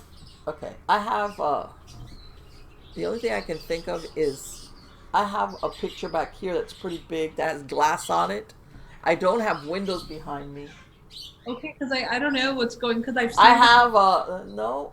As a matter of fact, I took two portraits that I had here behind me on my. Well, here I took them down, and no, let me see that way It's because. not this like Okay, kind of let me see if I can think of globe that that's going. globe. That's. I was seeing it throughout Yeah, the park. I know what you think. Okay, that's. Okay, this is that way. Uh, okay, this is my.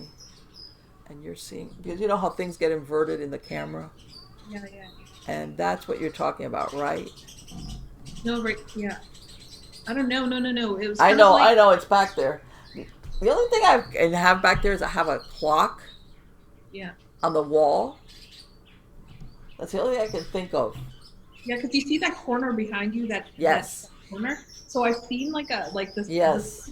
their globe like That's the only bouncing thing I back. can think of. I have a clock, and on top of it, I have a really large portrait. But as far as being round, you know what? I really don't have anything there. I don't know what that is. How's that? Yeah. I don't know what that is. No, I have no, I don't have anything on the wall there. Oh, whatever. There you go. An anomaly in the film. Well, Okay. I don't have anything there. At that, I know I'm looking at what I'm looking at. There's my camera. There's yeah. No, there's nothing there. I don't know what's causing that. I have Yeah. a portal in my office. How's that? I'm only kidding. Yeah. See, it just went there again. Yeah, it's like, whee! Yeah, just right behind you. This like Yeah.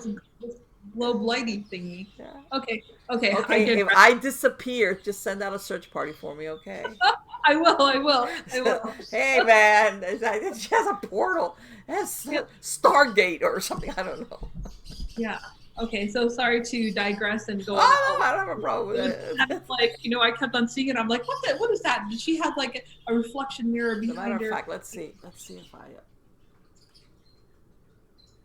there. I moved it a little bit. My camera, there, and there. So I just made the portal, the vortex disappear. I don't know. Okay. Go away. I don't have time for you right now. Okay, and then the last one I want to get into, there's two last things, is like, why do people continually sabotage themselves? Oh, because they're following the script that their subconscious mind. That's very easy. They sabotage themselves. Their subconscious mind is telling them, nope, that thing you want to do, whatever, that what you want to lose, that new job, that new relationship, blah, blah, blah, blah, that doesn't fit. That's pain or, like I said, the subconscious mind is dictated by pain or pleasure. Pain is the unknown. Pleasure is the known, the comfort zone. So whatever it is that you want to do that's going to break homeostasis, which is the norm, the status quo, whatever it is that you're going to do, even though logically you recognize this is better for me or I want that for, your subconscious mind will try to maintain homeostasis, which is let's keep things the way they are, even if, let's say you're overweight, we're going to keep you bit. If that job, but that's what you know how to do. That relationship, same thing. Let's not rock the boat. Let's just keep it. That's why even in some cases where you have recovering addicts, sometimes they even tell them to move out of their houses, because when they live in a household with a partner and or children, the family will try to retain homeostasis, and then you'll have kids acting out just to drive the behavior, let's say, of the person that had an addiction back into using. Because you would think, why would they do that? Because even in groups, they want to maintain homeostasis. So it gets back to that sabotage. Let's go to the individual sabotage. You're fighting the programming that your subconscious mind has dictated is your comfort zone. You're going to take us into pain, pain being the unknown. What will come of this, whatever you're trying to do? Okay, oh, you're going to lose weight? Well, you know what? Then what does that mean? All those clothing that you bought, you're going to have to get rid of that. And you might become attractive. And, you might attract attention. And then what? And then you'll meet some horrible person. Yeah, it extrapolates to all these fears just to drive you back into, or in a relationship. Well, you know what? If you become slim and attractive, you'll have people hitting on you, and then you got to be faithful. And then, yeah, again, or they even fear how it will affect. Let's say you have two people who both have weight problems, and one of them says, "That's it, I'm done," or they have a health scare, real bad one, and they start dropping weight. You don't think that part of their problem is, how is this going to affect my relationship? What will come of this if I drop weight? And then all of a sudden, if you don't think, first of all, that other person's going to sabotage it or try to sabotage it, or they sabotage it, of course. Or they know, or that one person recognizes the only thing that's holding this relationship together is that common thing that we have: overeating, addiction, a certain behavior. That's the tie that binds, because that person doesn't have any judgments against me, whatever. Hey, be quiet. My little dogs, they're having a moment. But again, yes, sabotage is very common, and that's why you need to work on whatever it is that you're doing on the subconscious level. You can sit there and affirm to yourself till you turn blue. That's only going to take you so far. If you don't work with your subconscious mind, which is 88% of your mind, you ain't going to get far. You're not going to get far. I told you that when I was trying, I made a backup plan. I was going to walk, and then I made myself map out in my neighborhood a 2-mile route, and then I had clothing, gym shoes, and stuff that I could change in my car, because I knew it. I knew that I would do something to sabotage myself so that I could not go to the park, which I knew that at sundown they would close and not allow me in there. And sure enough, I did it, by the way, at the beginning. I did it. And I also learned that you couple your behavior with something pleasurable. At that time, this was a while back, when you have your MP3 player separate, I downloaded podcasts, self-help, or from certain people like Dr. Dye or other ones, people that spoke about this, and I would listen to it. Well, I would walk, and the reward centers of your brain, all of a sudden it was like I was walking, but I was feeling good, because I was listening to, of course, I picked people that were progressive, helpful ideas about behavior, about maybe why we behave. So I coupled that walking, jogging thing with this release of ideas and endorphins, which is really what drives our reward centers, till it was like, it all felt good, but of course you have to force yourself at the beginning and even afterwards to go back. It becomes a habit, and then you couple it with something pleasurable. But sometimes the subconscious sometimes is very deeply ingrained. Just what happens is sometimes a change in behavior leads to other changes in behavior. Okay, I dropped weight. Well, now guess what? I think I'm going to participate in marathons. Oh, you're gonna what with all those athletes? You're gonna walk in there and they're gonna be like, huh? Because of course you're gonna look at it with the worst case, and then you have this moment, this epiphany, when you realize nobody cares and nobody's looking at you. But before you do it, you're like, you're gonna have the whole crowd turn around and go, oh, look who arrived. Shit, what is she doing here? Yeah. The fucked up thing is that they're probably all thinking the same shit. Oh, yeah. And even the ones who is like, who cares? Even the ones that are into the, did you see that? Oh my God. Give a shit who you are. What, you have nothing to do with my world. Who cares what you think? I don't care. You don't affect my life. So, and I'm going to use another one. I'm going to steal Dr. Dyer's saying. He had one which I never had. He goes, what you think of me is none of my business. And I heard that one time. I was like, man, he's so on it with that. He really gets it. I got to remember that. When we get all caught up like, it's like, what you think of me is none of my business. And believe it or not, that's very simple, but very, very, very helpful when people get caught up in like, what are they going to say? Or are they looking at me? Care. You're happier about it. Yeah. And you really don't care. That's the thing. It's not that you tell yourself, I don't care, and you're like, oh my God. No, I don't care. And I really don't care. Yeah, but it's almost like it's funny because it's almost along this like kind of journey of like evolution of yourself. You really like get to the point where you don't really give a fuck about a lot of things. I'm like, I don't care. But you're a lot happier. But when you look back, it takes a while. Don't get me wrong. You have to like pull yourself. But when you get there and you look back and you're like, man, I can't believe I really cared about that, or I was worried about that. Or you realize, man, all that stuff in the moment seems so, and now it's like, didn't make a difference one way or the other. And I wasted sometimes time, energy, money, trying to do whatever it is. And God, I wish I would have. That's what I'm saying. The only ones that don't is when you're so old that you don't give a shit. And you're like, what?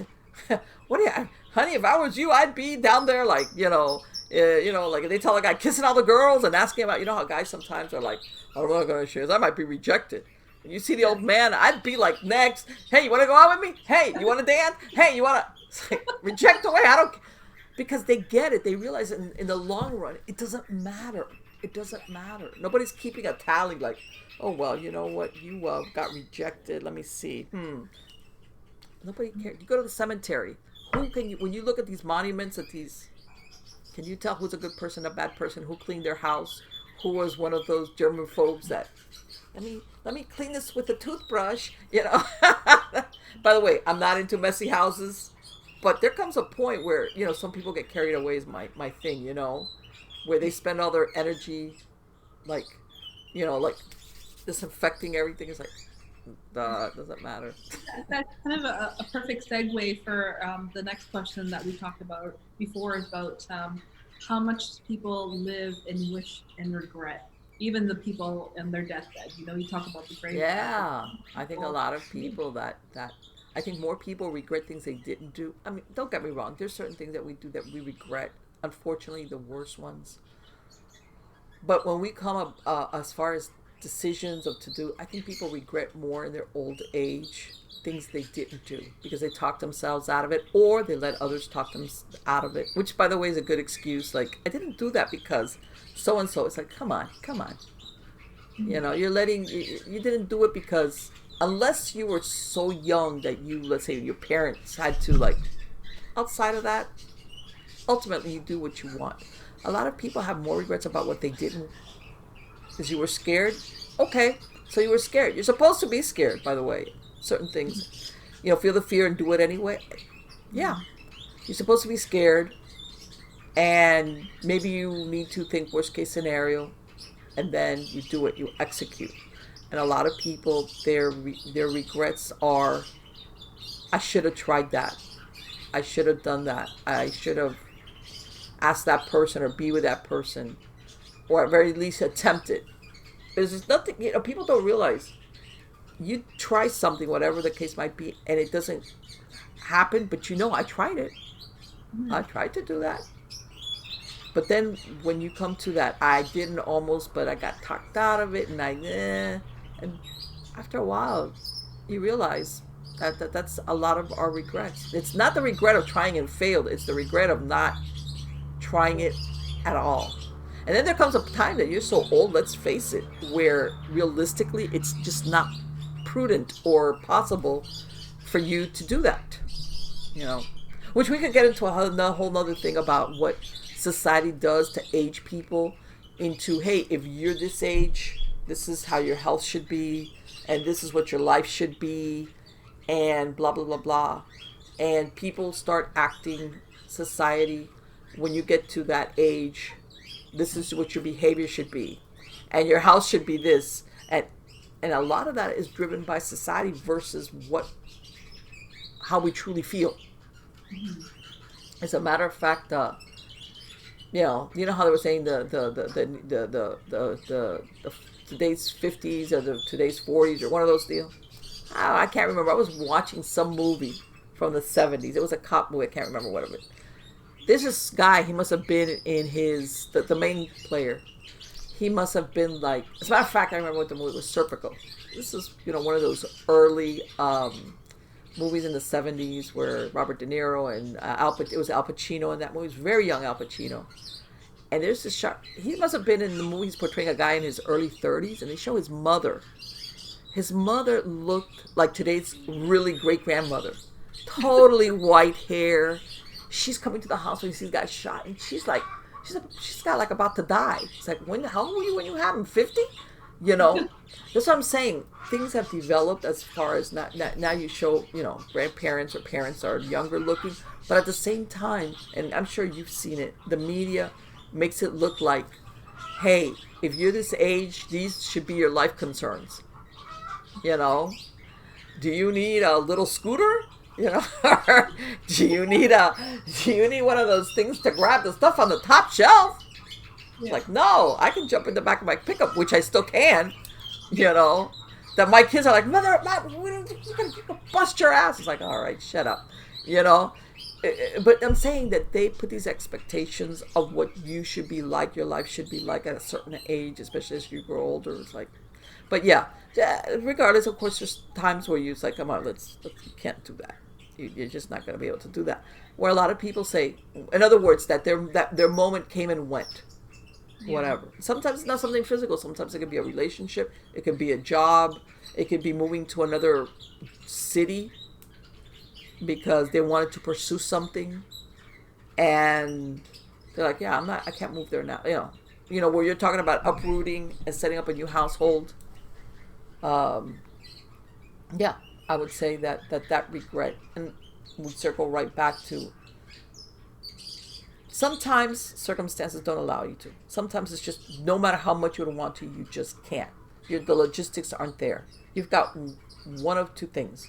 You either start working on it to make it happen, if that's what you really want, or two, it's just your subconscious talking you out of why you shouldn't do it, because all these horrible things, or you have to do all of that. Can you imagine? Oh crap, that's a lot. So you kind of like, your subconscious talks you out of it, and makes all these fears look monumental. And then of course when you get older and you're a little bit wiser in life, you realize, so yeah, I could have had all those problems, but I could have maybe planned it and done it. Yeah. So let's kind of like circle back to now what that magic pill that everybody wants, and then also what can people start doing based on your experience and your expertise to start reprogramming that subconscious. Okay, I want to say first of all that it's nothing, there's no finite moment on it. I cannot say, hey, in a week, next month, and a year from now, you're done with the program. You know how that saying that they say, if you do something for 21 days, it becomes a habit. I believe that. Okay, sorry. Yeah, you could. It doesn't hurt to break the ice. I agree. If you really, but again, and this comes to, there is no magic pill in the sense of, there's no point where you could say, man, I'm done with that. No, you know why? Because we don't live where we get, even if you programmed yourself, you're still going to get bombarded with all these messages from different sources, other people, your family, the TV, whatever, that kind of wear down. So you always have to be on a continuous, by this I don't mean every second, but where, you just have to because it kind of eats away at this mindset that you have about what really matters to you. So again, there is no finite moment where you could say, hey, I can stop doing this. People are waiting for that. That's it, I'm done. No, you're not done. You're not ever done. Unless you're really, really old, like I said, and by then you got it. You get it. Because like I said, unless you live on the mountain under the rock where you don't get influenced by anything or anybody, you are going to have somebody that's going to want to drive your behavior a certain way. And a lot of times that behavior is not what you want, or it goes against what really is in the best interest for you. So yeah, that you have to find time for yourself, for reflection, for listening to a recording, to or even watch certain things that make you feel good. And let me tell you something. I want to say people, when we release endorphins in our brain, which is what drives the the reward centers in our head, which is what makes us happy. You got to stick to those behaviors. Some people, it's like, man, when I go to the park and I just sit out there and I people watch, it's great. Like, and then what happens is that your brain releases endorphins and makes you feel good. And then all of a sudden you start relating to that as a pleasurable experience. But my point is, we're also getting bombarded at the same time. Oh, it's scary out there. Bad things can happen to you. You see that movie, the people getting mugged in the park or some shit. You know what I'm saying? We're like, all of a sudden it's like, do I really want to go to the park? That's why I'm saying that even though we have something pleasurable or something that we're doing that's good, you get messages that sometimes will inspire fear or want to drive you from that behavior. So you always have to go back to I'm not going to feel the fear. I'm going to be prudent about it. I'm going to think, is this really appropriate? Or should I just be careful? Should I just be aware of my surroundings? But that doesn't mean I stop going to the park. That's an example, of course. Mm-hmm. So no, Carol, there is no moment where you're complete and done and it's over.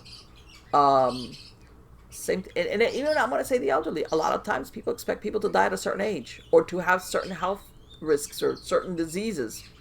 All because everybody at that age usually does. Not necessarily. Because again, we get hit. So no, there's no moment. I'm not going to tell you again 24/7, but that you have to do that throughout your life. And again,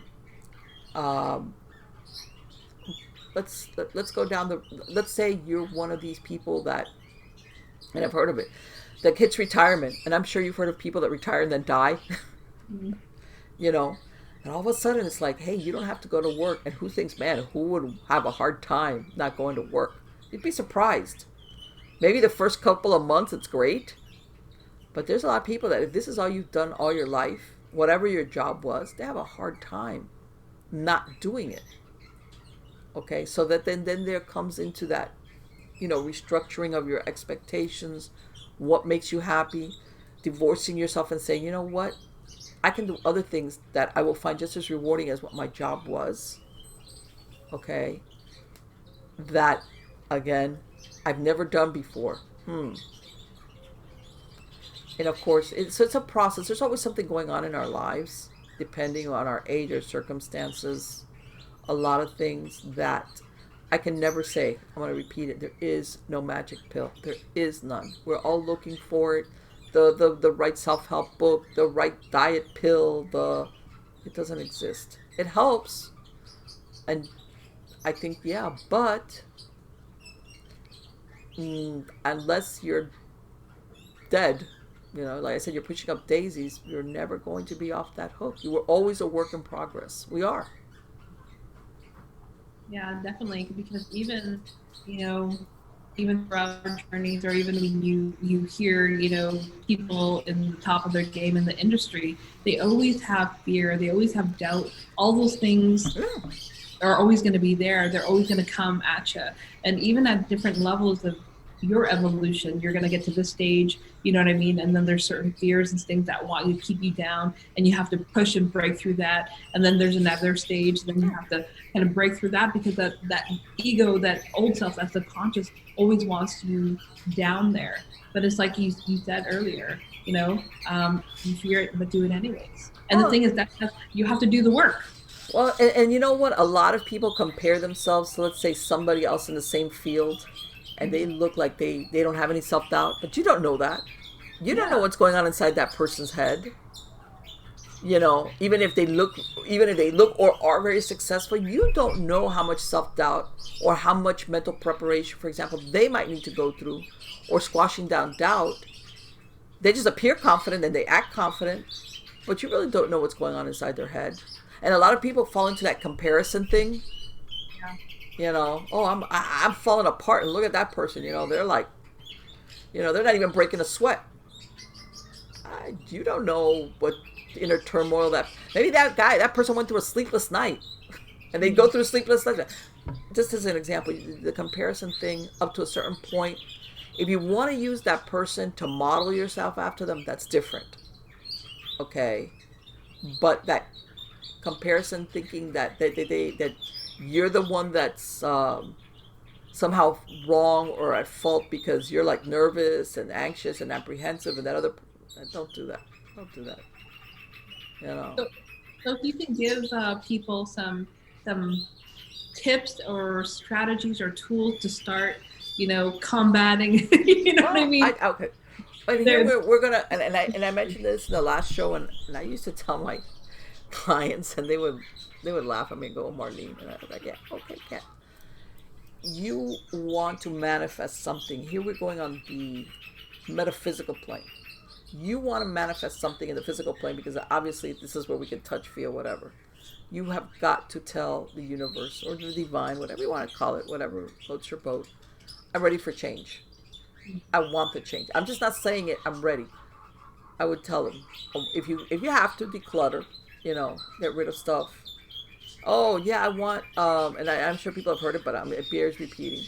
I'm ready for a new relationship. Okay, I want you to chuck out all the stuff you have with your ex, but yeah, even the one that you've got hidden in the drawer. Oh, chuck it out, throw it out, donate it if it's something. Buy. You want to keep one picture somewhere. Okay, whatever. But there's people that hang on to all this memorabilia of old relationships, but then they're saying they want a new relationship, especially something that didn't end the way that one did. But they have all, and by the way, your subconscious mind does know that stuff that you have hidden in the back of the closet, behind all the crap. Yeah. Your subconscious mind knows perfectly well that it's there. You might not even remember. How many times do you think you've opened stuff, and you're like, oh my God, this is here, you find a lost civilization, when you're cleaning. What's that? Believe it or not, your subconscious mind, when it comes to things like that, remembers perfectly well that you put that teddy bear, that picture, that whatever back there. You need to get rid of those things. I'm talking, let's say, for example, the relationship. Switch your furniture around. Go to a different place to eat that you've never been to. Hey, I've never tried Indian cuisine. Go try some. Doesn't mean you'll like it, but go try. Drive a different way to work. Hey, but just do things, minor things like this is how you start to change. This is how you tell the universe, I want to change. I'm just not talking about it. I want to change. Okay? And you'll be surprised at how things like this, I go, come on, this cannot be that difficult. Switching your bedroom or your living room furniture or your dining room furniture around cannot be that hard. It can't. Just do it. Push them around and, angle it and, whatever. And take it. And they'll be like, they'll make the connection, like, what does switching my furniture around have to do with it? I go, that's how things work in the metaphysical plane. Yeah. That's how it's almost like sometimes people disregard how simple things are. Yes. You mean it's that simple? Yeah. Not complicated. You know what I mean? Yes. Oh, you mean if it's not complicated and difficult, then it's not good. It's like, who told you that? As a matter of fact, I want to say a lot of how-to things. When you really look at it, especially once you know what they're doing, you're like, why did they complicate it? And you realize, no, if they really said it, it would seem too simple. Either people dismiss it, okay, because it's too simple, it's not going to work out. Man, if it was that simple, nobody would have done it. No, we got to make it all, dress it up, and, make it all. No, sometimes it's as simple as that. I've had people that I've told them that. I said, you know what, or you could put different potted plants in the entrance to your house, whatever. They will call me up or come back to the next appointment. They'll be like, you won't believe it. This and this and this happened. I said, did you do what I said? Yeah, and I can't. I said, yeah, I told you, but you got to keep it up. I go, keep doing. I mean, sometimes you can do things in a whole day, but don't be scared. And I go, and by the way, sometimes you do things that you change But basically, what you're telling the universe is, I'm willing to change, and I'm willing to risk an outcome that is not exactly what I wanted, but I'm willing to do. I don't have to have that 100% guarantee that this is going to be done. Because that's what we're all looking for, which is what you're calling the magic pill. We want the 100% guarantee that whatever you're going to do, it's going to be okay. No, it's never. You're never ever going to get that, ever, ever. Yeah, you could research, you could calculate. I'm not saying not do that, but again, there comes a point where you execute, and sometimes you have to like that little birdie fly. You never know. You might fly. You might just like. It's we have to do that, and again, sometimes you do things, and that experience leads to other things. But if you don't do that first thing, let's go down the. You go to that restaurant you've never been to because you think that food will be horrible, and then you meet the love of your life there. Yeah. You know what I'm saying? Yeah. You would think, oh, I want a new relationship. Okay, you know what? I'll go eat at that ceviche place. God, raw seafood. Ugh. But then all of a sudden, here comes this waiter, and you have that, stranger's eyes meet across. I'm gonna do another story here real quick. When Hurricane Andrew came in '92, that everything got blown away. My house I was right in the middle of it. My house lost its windows, whatever. Make a long story short, I sent my kids over with their dad. And my company that I worked for got me a small room in a hotel, like a motel on the other side of the county that had been affected by the hurricane. Because for a while I was homeless until finally I got an apartment. And there were some friends of mine that we all worked together that they got us a place. We had and there was a girl, we were good friends, and she was nice. She orders pizza.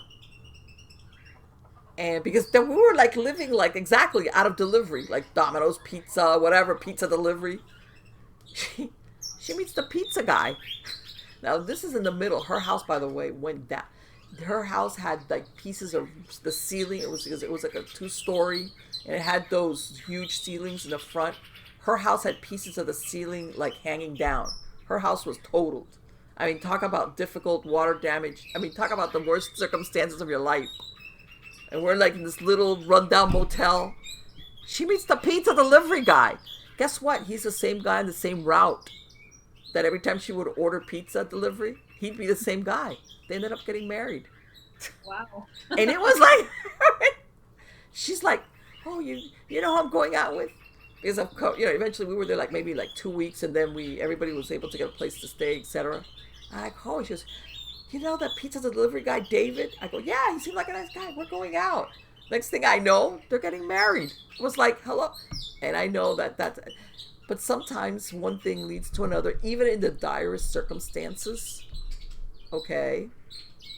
And the guy, by the way, he was the same, she was we were like, what, mid-30s? He had a regular job, but he was doing this as a side gig because he had just ended his relationship. So he was a nice guy, and he was just doing this to make extra money. And the last I checked, they were still married. Wow. So go figure. Yeah, wow, you end up with a pizza delivery guy. That you wouldn't have been there because your house got blown away by this huge hurricane. Yeah. And you ended up going to this really little ratty motel that's like 50 years old, where the rooms are really small. Yeah. But that's my point, that some things that we do, they lead to other things, good things. I think that what you said there is really important in regards to that magic pill. Like, there is never any guarantees. You have to take risks, and it's okay that you don't know. You don't need to know everything. Exactly. Let things unfold the way they need to. Yes. But yes, Marlene, thank you so much for your thank you. Everything like that. I actually would like to call you back again and talk about, because I like how we like vibe. Yeah, no, I just, call me, and maybe we'll get more into the paranormal aspect. Like if you want to, I did do spiritual attachment work with the hypnotherapy. Okay, that's really, really interesting. And if you want to, I'll send you a link so you can read up on what I did, and we can talk about that. You let me know. We'll go wherever you want to go on this, okay? I love it. So So thank you guys for your time. And Marlene, again, where can they reach out to you? They can go to marlenepardo.com is your best bet. Okay, Yeah. because from there I have links to everything else that I do, whether it's the podcast or my books or whatever. Like I said, I don't. I'm going to give you before we sign off. And this is the that people don't realize. Like I got an email about demonic infestations. Mm. Okay, that unfortunately that's what I'm saying. Some of these people that reads needing a psychic demonologist medium or remote viewer as soon as possible. Family curse, blood spell involved. Call me. Okay, because there's sometimes a spiritual, metaphysical, paranormal aspect sometimes to things that happen. That my point is, we could talk about the next time if you want to. No, for sure. We'll dive into that. So you guys check out Marlene. She's a jewel of information. She's amazing, beautiful Thank you. woman. And thank you so much for your time. And then, yeah, I definitely want us to get back on here again and talk about all of this other stuff because I think it's interesting. And one thing that you mentioned to me last time, I'm like, you know what? Because I do see those like those side curbs, you know what I mean, when they kind of leave stuff for people to take, and I'm like, no way, I'm not taking anybody's stuff because there's going to be a spirit attached to it. You know what I mean? So well, you know what? You can't get but it's always better to be on the safe side. And by the way, sometimes attachments aren't necessarily malevolent, but sometimes if something is used, people, you know how people sometimes get, this is their thing, this is their wooby, you know. We have woobies even as adults, so. So thank you guys so much for your time. And as always, treat others with love, kindness, and compassion. Much love and peace out. Because I know if we don't end this, we're going to go on. I know. Take care, guys. I love you guys. And yeah, I'll be on with you in a second. So I'll just end this. All righty. Bye-bye. So what did you guys think? Interesting interview with Carol, right? She's a fantastic interviewer. And her show, I believe you could find her on Facebook, which is where she was streaming the interview on via Zoom. And you could find, she also has a book out that you can find on Amazon. And I think it was super interesting, all the stuff that we talked about, even though we were all over the map. It was great. It was great. And I think that there's a lot of people say, well, what does the supernatural have to do or the metaphysical have to do? Everything overlaps one or the other. Okay, whether it's the mental, the physical, the metaphysical, the supernatural, the powers of the mind, the powers of the subconscious mind that dictate our actions or inactions. Believe it or not, as difficult as that is to believe, it falls all under the one umbrella of the human condition. All right, and that we're always a work in progress. We're always a work in progress. As I was explaining to you, there's never a moment that you can say I'm done. But the only time you're done is when you're really done. But even when we are older, we still have things that we have to address because of what's happening in our lives at that moment in time. Whether it's our age, health problems, things with our family, sometimes even the loss of a partner. There's no such thing, I want to say, that for human being where we're ever static. We're not. In that concept, once you let go of that hope that we're just static beings, it's easier. Because yeah, one thing is to have your routine. We all like our routines. I like my routines, our favorite stuff, that makes us, that's different. But that expectation that, or as you grow older, that things just don't change. No. And some people adapt to it easier, better than others. But that things just stay frozen in time, not really. And once you let go of that illusion, because really that's all it is an illusion, and you take responsibility for your actions, the good and the bad, in the in-between, I think that we become happier people, and which is basically what we all strive to be, happy and content while we're alive. That could mean different things for different persons. Not every, and I think that's why sometimes we run into problems where people want to dictate to us what our happiness is or what's good for us all the time. And we're so different. Everybody's different. Everybody, as long as the outcome is that you are a better human being, or even if not better, happy. I guess my point is, if you're a happy or content human being, chances are you're going to be better person to your fellow human beings. You're going to be more involved with creation and not destruction. When you're afraid, when you're angry, when you're sad, that's when you want to destroy, because this is what it feels like inside. When you're not there, you're into creating, whether it's for you individually, for your friends, your family, those around you, the world at large. Um, yeah, the how you feel is the kind of output that you put out. Let's face it, happier, more content human beings overall serve society and the world, by extension, if you want to like look at it as an expanding thing, from on an individual basis to our family, to our neighborhoods, to the towns, to the cities, to the state, and then so on and so forth. Yeah, the happier we are, the more content we are, the more, how can I tell you, hopeful we are. That is like a ripple effect collectively as what kind of world comes about during our lifetimes. Because let's face it, once you're not here, it's like, okay, you're beyond this, what is it, the mortal coil, so that's that. And for you, because I'm thinking, I'm dressed like this because I did this interview with Carol in the middle of the day, and I have a tank top on because it's really really hot outside, and I've been working with my animals outside, and I had to run in here and do this interview for her. And I know that sometimes with other interviews I'm a little bit more dressed up, but it's like in the high 90s here in South Florida. And when you're out there, by the way, it's very sunny out there. And when you're working with animals and chickens, which I know a lot of you are hearing more often because, well, I fed everybody this morning so that they wouldn't be like looking at me through my French doors going like, hey lady, where's our food? Um, yeah, that's why I'm dressed like this in a tank top, because this is normal farm attire when you live in a subtropical climate and it's in the high 90s. So anyway, guys, again, I urge you to look up Carol, find her on Facebook. You can also find her on Amazon. She's got a great show going on. Check her out. Subscribe to her if you have to. And again, thanks for tuning in. Take care.